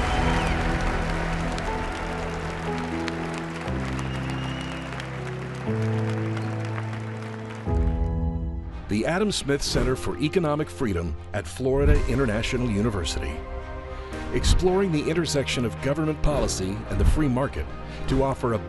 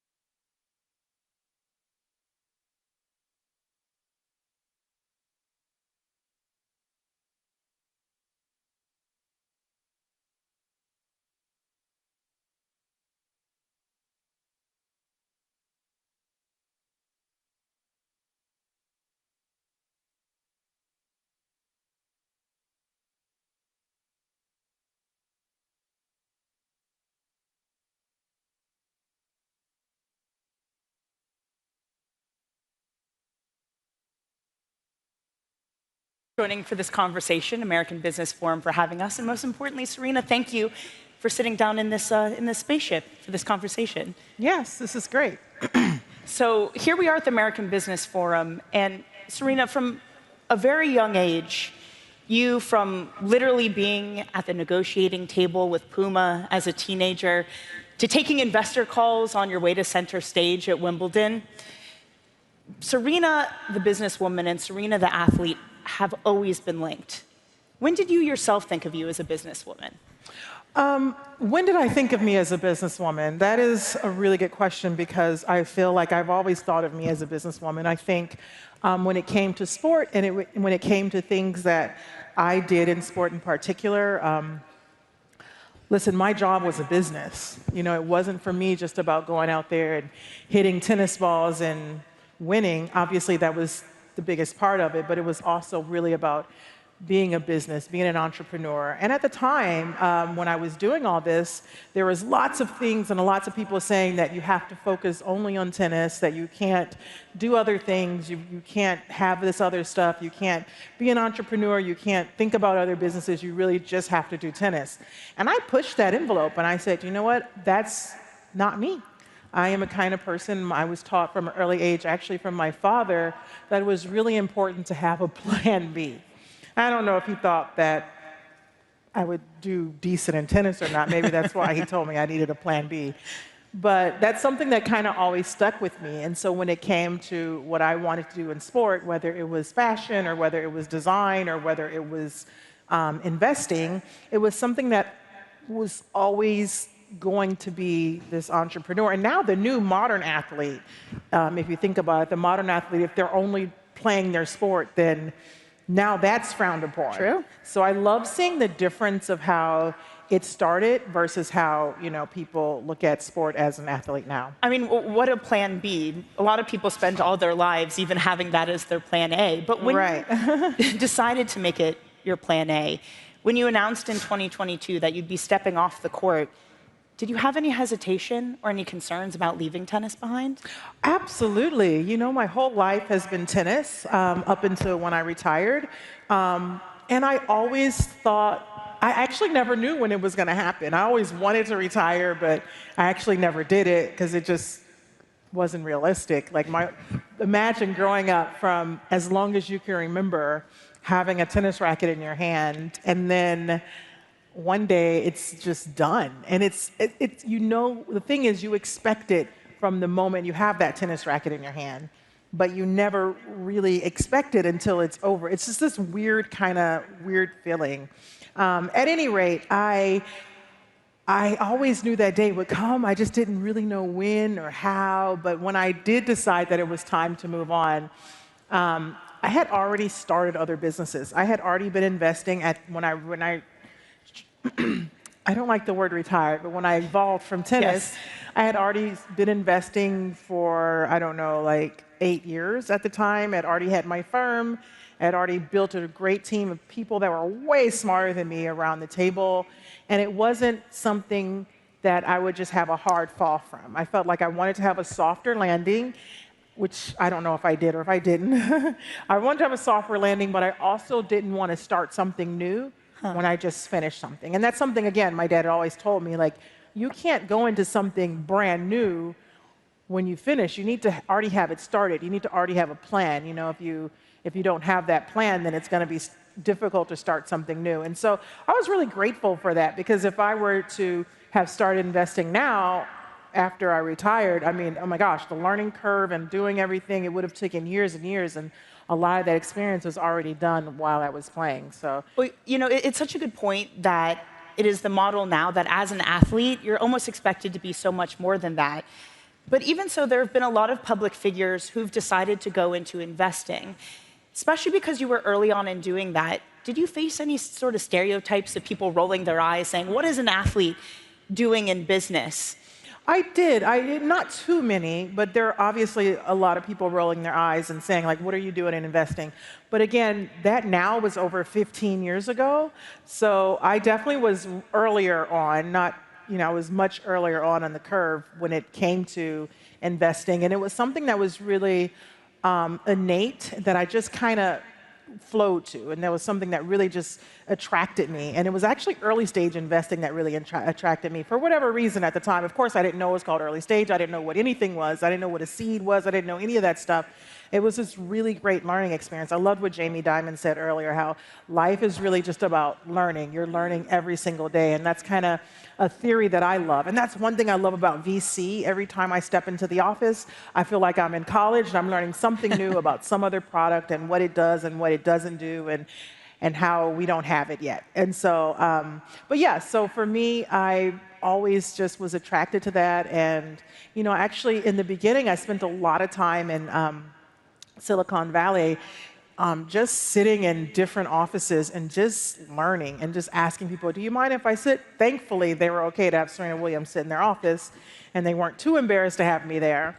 But it was very nice to be able to sit and just learn from CEOs and learn from different people as I was investing, and just to you know, understand what I was getting into. Come on, they must have asked you for advice too. They did, and a couple companies did ask me for advice, and I actually gave them some really good advice, and they actually included it in their programming. And so one very popular company, which I won't say, I sat in their office a lot. The CEO is amazing. And I was like, dude, you really need to change your algorithm. This isn't quite working. You need to do this and do that. And they, to this day, they use it. And I'm like, gosh, I should have got something for that. But I'm like, you know what? I can silently take credit for that. And I'm okay with that. I love that. And look, when you started Serena Ventures, your vision was very clear. You've said this many times, and I think it actually might have come out of something else Jamie Dimon said about the 2% that's left out of VC financing, that you wanted to create a fund that invested in the 98%. We're in a time in America, it's been called the K-shaped economy, where those missing out are missing out more than they ever had before. Yeah. Does that make the mission all the more critical at this time? Yeah, listen, a lot of VC really invests in that 2 to 4%, right? And that is such a huge market. It's $1 trillion market. And so is the 98 to 96%. That's actually a massive, massive, massive market, arguably bigger. And so for us, what we want to do, we want to bring technology to that market. We want to bring lots of new things that is being invested to, and people that are forgotten. And also, it means a lot to me because I was a part of that percent growing up. And I think, as you said, that curve is getting wider and wider, and it's spreading more and more, or that space, I should say, is spreading more and more. And I feel not necessarily responsibility, but I just feel attracted to that. And I really love investing in things that are doing good, but also making a lot of money, quite frankly. And we have lots of companies in our portfolio that's doing just that. I was going to say, last year you gave a statistic. I think you had said you invested in over 85 companies and 14 of them were unicorns. Mm-hmm. That is an insanely high hit rate. That definitely deserves an applause. That is a hit rate near 16%, and I think something the entirety of Silicon Valley would be very jealous of. Yeah. What's the secret sauce? There is no secret sauce. I think it's really just really understanding what you like and what you do, and really going with your gut on things that make sense. And obviously, through experience, I've learned that when I meet the founders, there's different questions that I ask to see if they're really into the business, if they're not, and how does that work. And so really doing due diligence, really getting to know what founders are talking about, really getting to understand their thought processes. As an investor, you're only as good as your founder, and you want them to be the best that they can be. And so for me, and what I do is I try to talk to our founders and try to figure out, how can I help you? How can we get this product to be the best if we believe in it? Is there a marketplace for it? You know, all the basic questions, but really diving deeper into that and why. And so that's just kind of what we do at Serena Ventures, is just kind of learn how we can fill in different gaps in different areas that are being missed. And by the way, these gaps tend to be really, really massive. And that's what we do. And then when you kind of have a focus and you focus on that, it just sometimes works. In terms of talking to these founders, you also said recently that your name isn't enough, that they are being more choosy. What do you think it is about this moment that founders are being more choosy with who they decide to work with? I think we live in an era where technology is just obviously taking over. And then if you have something really unique and that's really going to set off and it's going to be really amazing, then obviously the founder is in a position where they're they can choose who their investors are. So what we want to do is we want to be able to add to the table. We want to be able to bring so much to them that they can expand we can help them with their network. We can get them in different areas and open different doors for them. And so you really have to be able to not only just rely on your name, but really just rely on your team and on your expertise and on your experience. And that's what we did. We really brought in a lot of experience to the firm to be able to really take our founders to that next level, because that's what it's all about, is how are we able to take the founders to the next level. And also me, years and years of doing what I did in the past, building up tons of relationships and being able to open so many different doors for so many different founders, has been invaluable, really. And so that's kind of what it really is all about for us. It's really just having this opportunity to let founders know we are more than a name. We are really an institution. We are an institution. We're building something that's going to last for a very long time. We're investing in companies that we want to last for a very long time and that are actually changing how people are living their everyday lives and changing them for the better and upgrading them through, whether it's through software or whether it's through hardware. We want to be able to elevate that. And so those are the things that we think about. And founders are at a position where, and in particular now with AI and everything, they're in a position to bring who they want to the table if their product is good. Well, it's a moment where VC is obsessed with AI. I think that's fair to say. The latest data from PitchBook says that nearly $200 billion have gone into specifically AI-related startups this year. By far a record, and will be the first year on record where more than half of VC money goes to AI-related startups. Again, keeping in mind the investing for the 98%, are you concerned about that concentration of capital? Not at all. Everything that we invest in, if they don't have a future in AI, if they're not thinking about AI, we're second guessing our investment in them. And we are trying to say, well, if you're not going to do this, this can be problematic, because if your business can be taken over by AI, that's going to be a problem. I heard on stage earlier, AI isn't a problem. People that aren't using AI is going to be a problem. And so I think there's some real truth to that, because you have to be able to incorporate it in your life in one way or the other. If you have a fintech company and then you can go on an AI program and they can do the same thing, then why would someone put money into your fintech company? So for us, it's very important. If we're really going to be able to impact that large percentage of people, 98, 96%, you're not going to be able to impact them in the future without AI. And so for us, it's very important that we too obviously are, who's not bullish on AI? Sure. We obviously are bullish on AI, and so we absolutely invest in that. And then when we talk to our founders, we want to know what they are doing just to make sure that they're not going to be run over with AI and our investment dollars aren't going down the toilet. So have you turned away a lot of companies because they don't have that clear AI game plan? No, because every company has AI, so they say. But when you dive deeper, you realize that they might not have AI. Right. And then we turn them away. But not every company, because not everything is, AI. Right. But I think of it this way. I think of it, 20 years ago with the web. When it came out, it was so new and so fresh and like, wow, we're going to be living on the internet. And there's this really cool interview, I think, with David Letterman and, oh my God, I can't believe oh my gosh. Anyway. Someone in the AI space, No, Okay. Anyway, okay. So he's telling everyone that the internet is this cool thing, and David is like, well, I can just listen to the radio for that. Like, why would I need to stream something on? And he's saying in the future you'll be able to stream sports on the internet. And David is like, well, that's what I have the radio on, and everyone in the crowd claps and they're laughing, and I'm like, wow, this is dated. Because can you imagine saying that now? And it's quite interesting because now we're doing this again in AI, but think of it as like 100 times bigger. Right. And so of course you want your companies to have that integration, and of course you want to have that. And so that's kind of how we look at it. It is, though, again, sort of in the idea of the K-shaped economy with the bridge getting wider.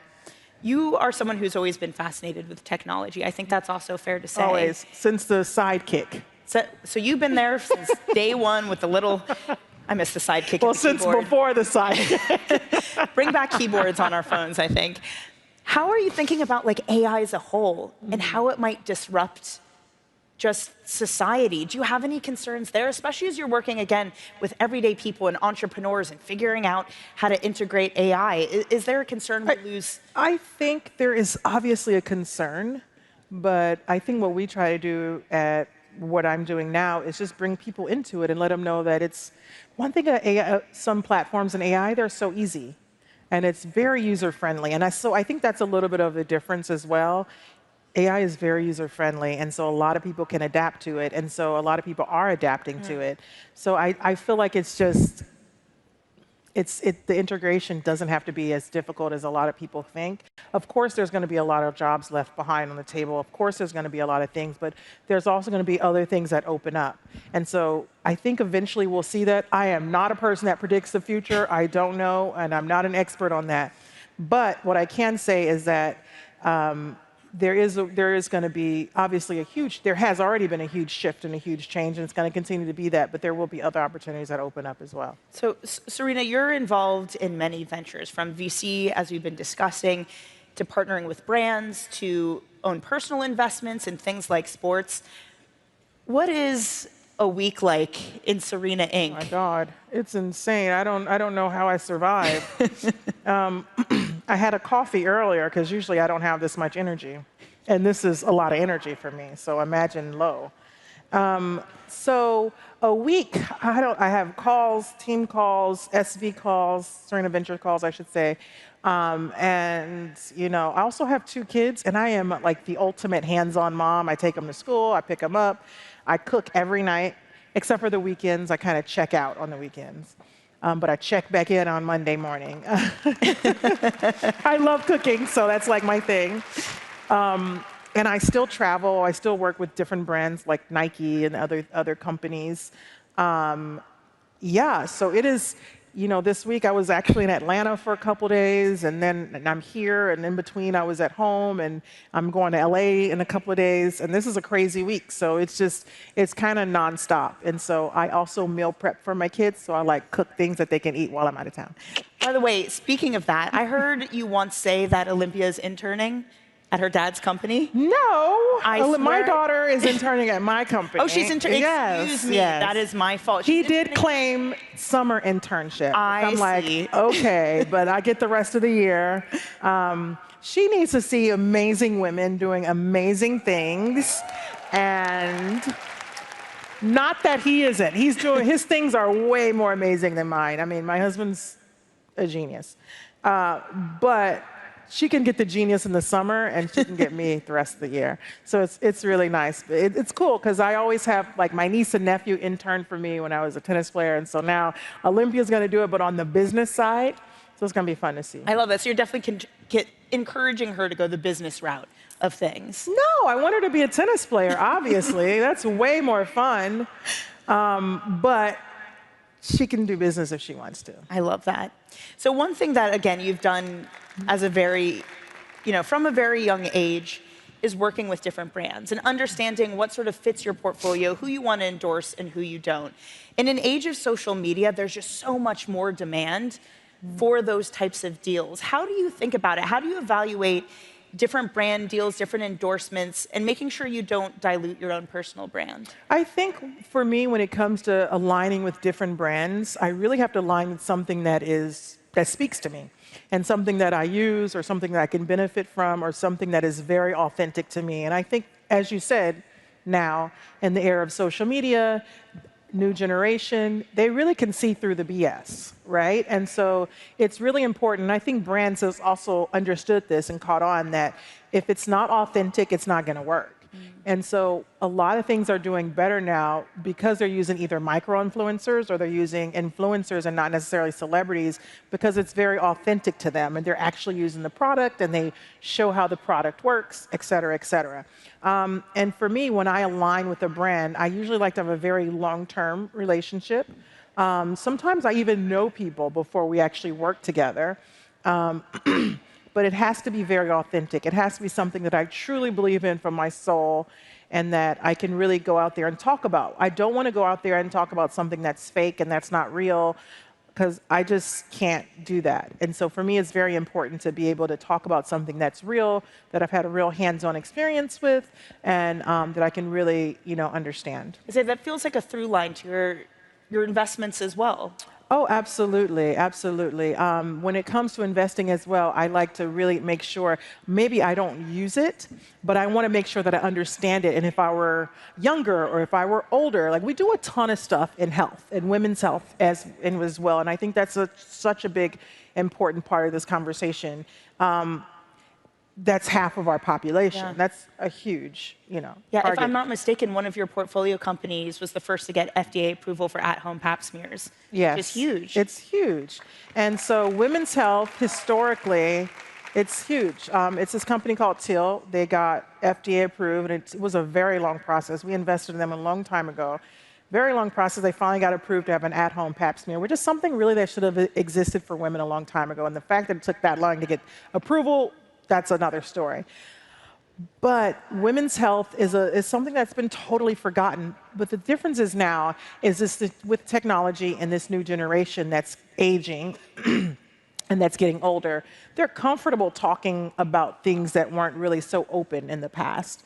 And so now that they're comfortable talking about it, they're comfortable investing in it, they're comfortable getting more information behind it, and they want to feel better. We want to feel better, right? And so it's such an incredibly interesting sector to invest in because it's such a big market, and it also helps so many people. And that's what I said. That's the intersection between helping people and being successful at it. And there's so many intersections like that. It's not just women's health. It's just so many different areas. But that's another one of our passions, is just to invest in things like that that are helping, changing, and also fruitful. Yeah. Well, one of the other sectors that you've invested in is sports, something you've also done for a while, from the Miami Dolphins here in Miami to more recently the new Toronto Tempo WNBA franchise. What's the investment thesis driving those? Well, gosh, I did the Dolphins, honestly, I want to say 18 years ago. So I've really been investing for a very long time, way before it was popular for athletes to invest. Gosh, obviously, I think that's an obvious next step for us. I mean, we do a lot of boring, non-sexy software, things. But now we are definitely doing more in sport. I do a little stuff on the personal side for sport as well. But I don't know, I feel like it's quite interesting to do a little bit more in sport. Are you looking at more in sport then, it sounds like? Well, yeah, I've always been obviously interested in sport, I would say. Sport's pretty cool. A very fair a lot of people are investing in women's sport, and I feel like obviously that's where my heart and soul is for obvious reasons. And it's interesting because people are just noticed women's sport. And I'm like, well, women's sport has been around for decades and decades and decades, and we were always amazing, and you guys just noticed. But it's good that we're getting noticed now, and I love the support that it's getting. And so the best way to show that support is to invest. Well, again, a lot of your investing philosophy comes from sport. And one thing I remember you've said is that success is about how you handle the losses. Mm-hmm. That's abundantly clear in just the absolute upper echelons that you perform as an athlete. When it comes to businesses, what's been a tough business loss, and what has it taught you? Have you applied the same lesson in what you're doing now? I mean, there's some investments that I missed that are huge right now. And that was a loss. How do I take that? It's just, you just have to learn, like, why did you pass on it or why did you miss it?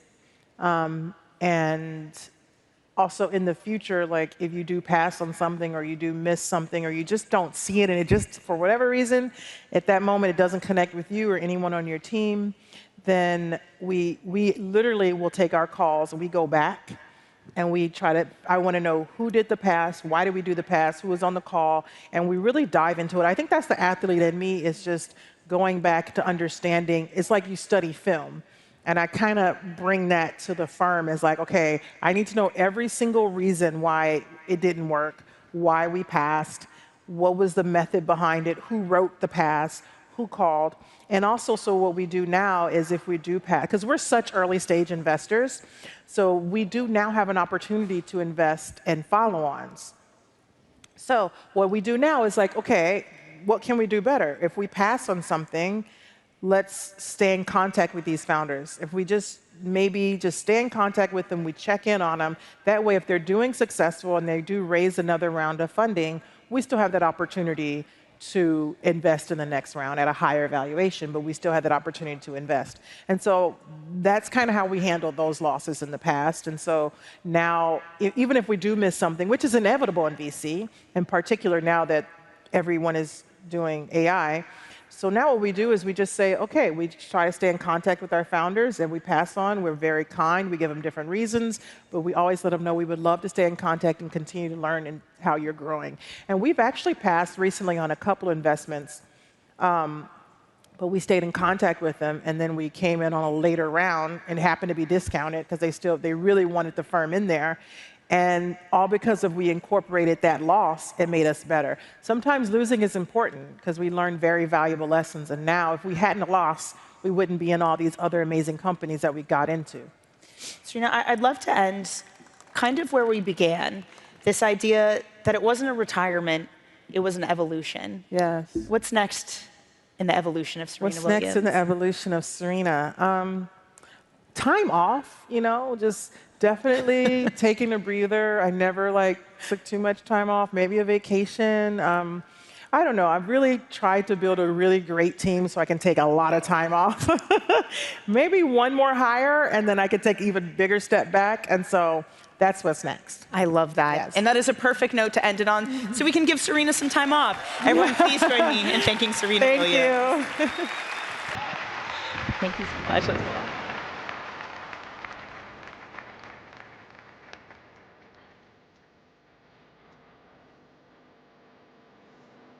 When a pioneering investment inspires you to dig deeper and step up to the highest level, that's the PIF effect. At the Adam Smith Center for Economic Freedom,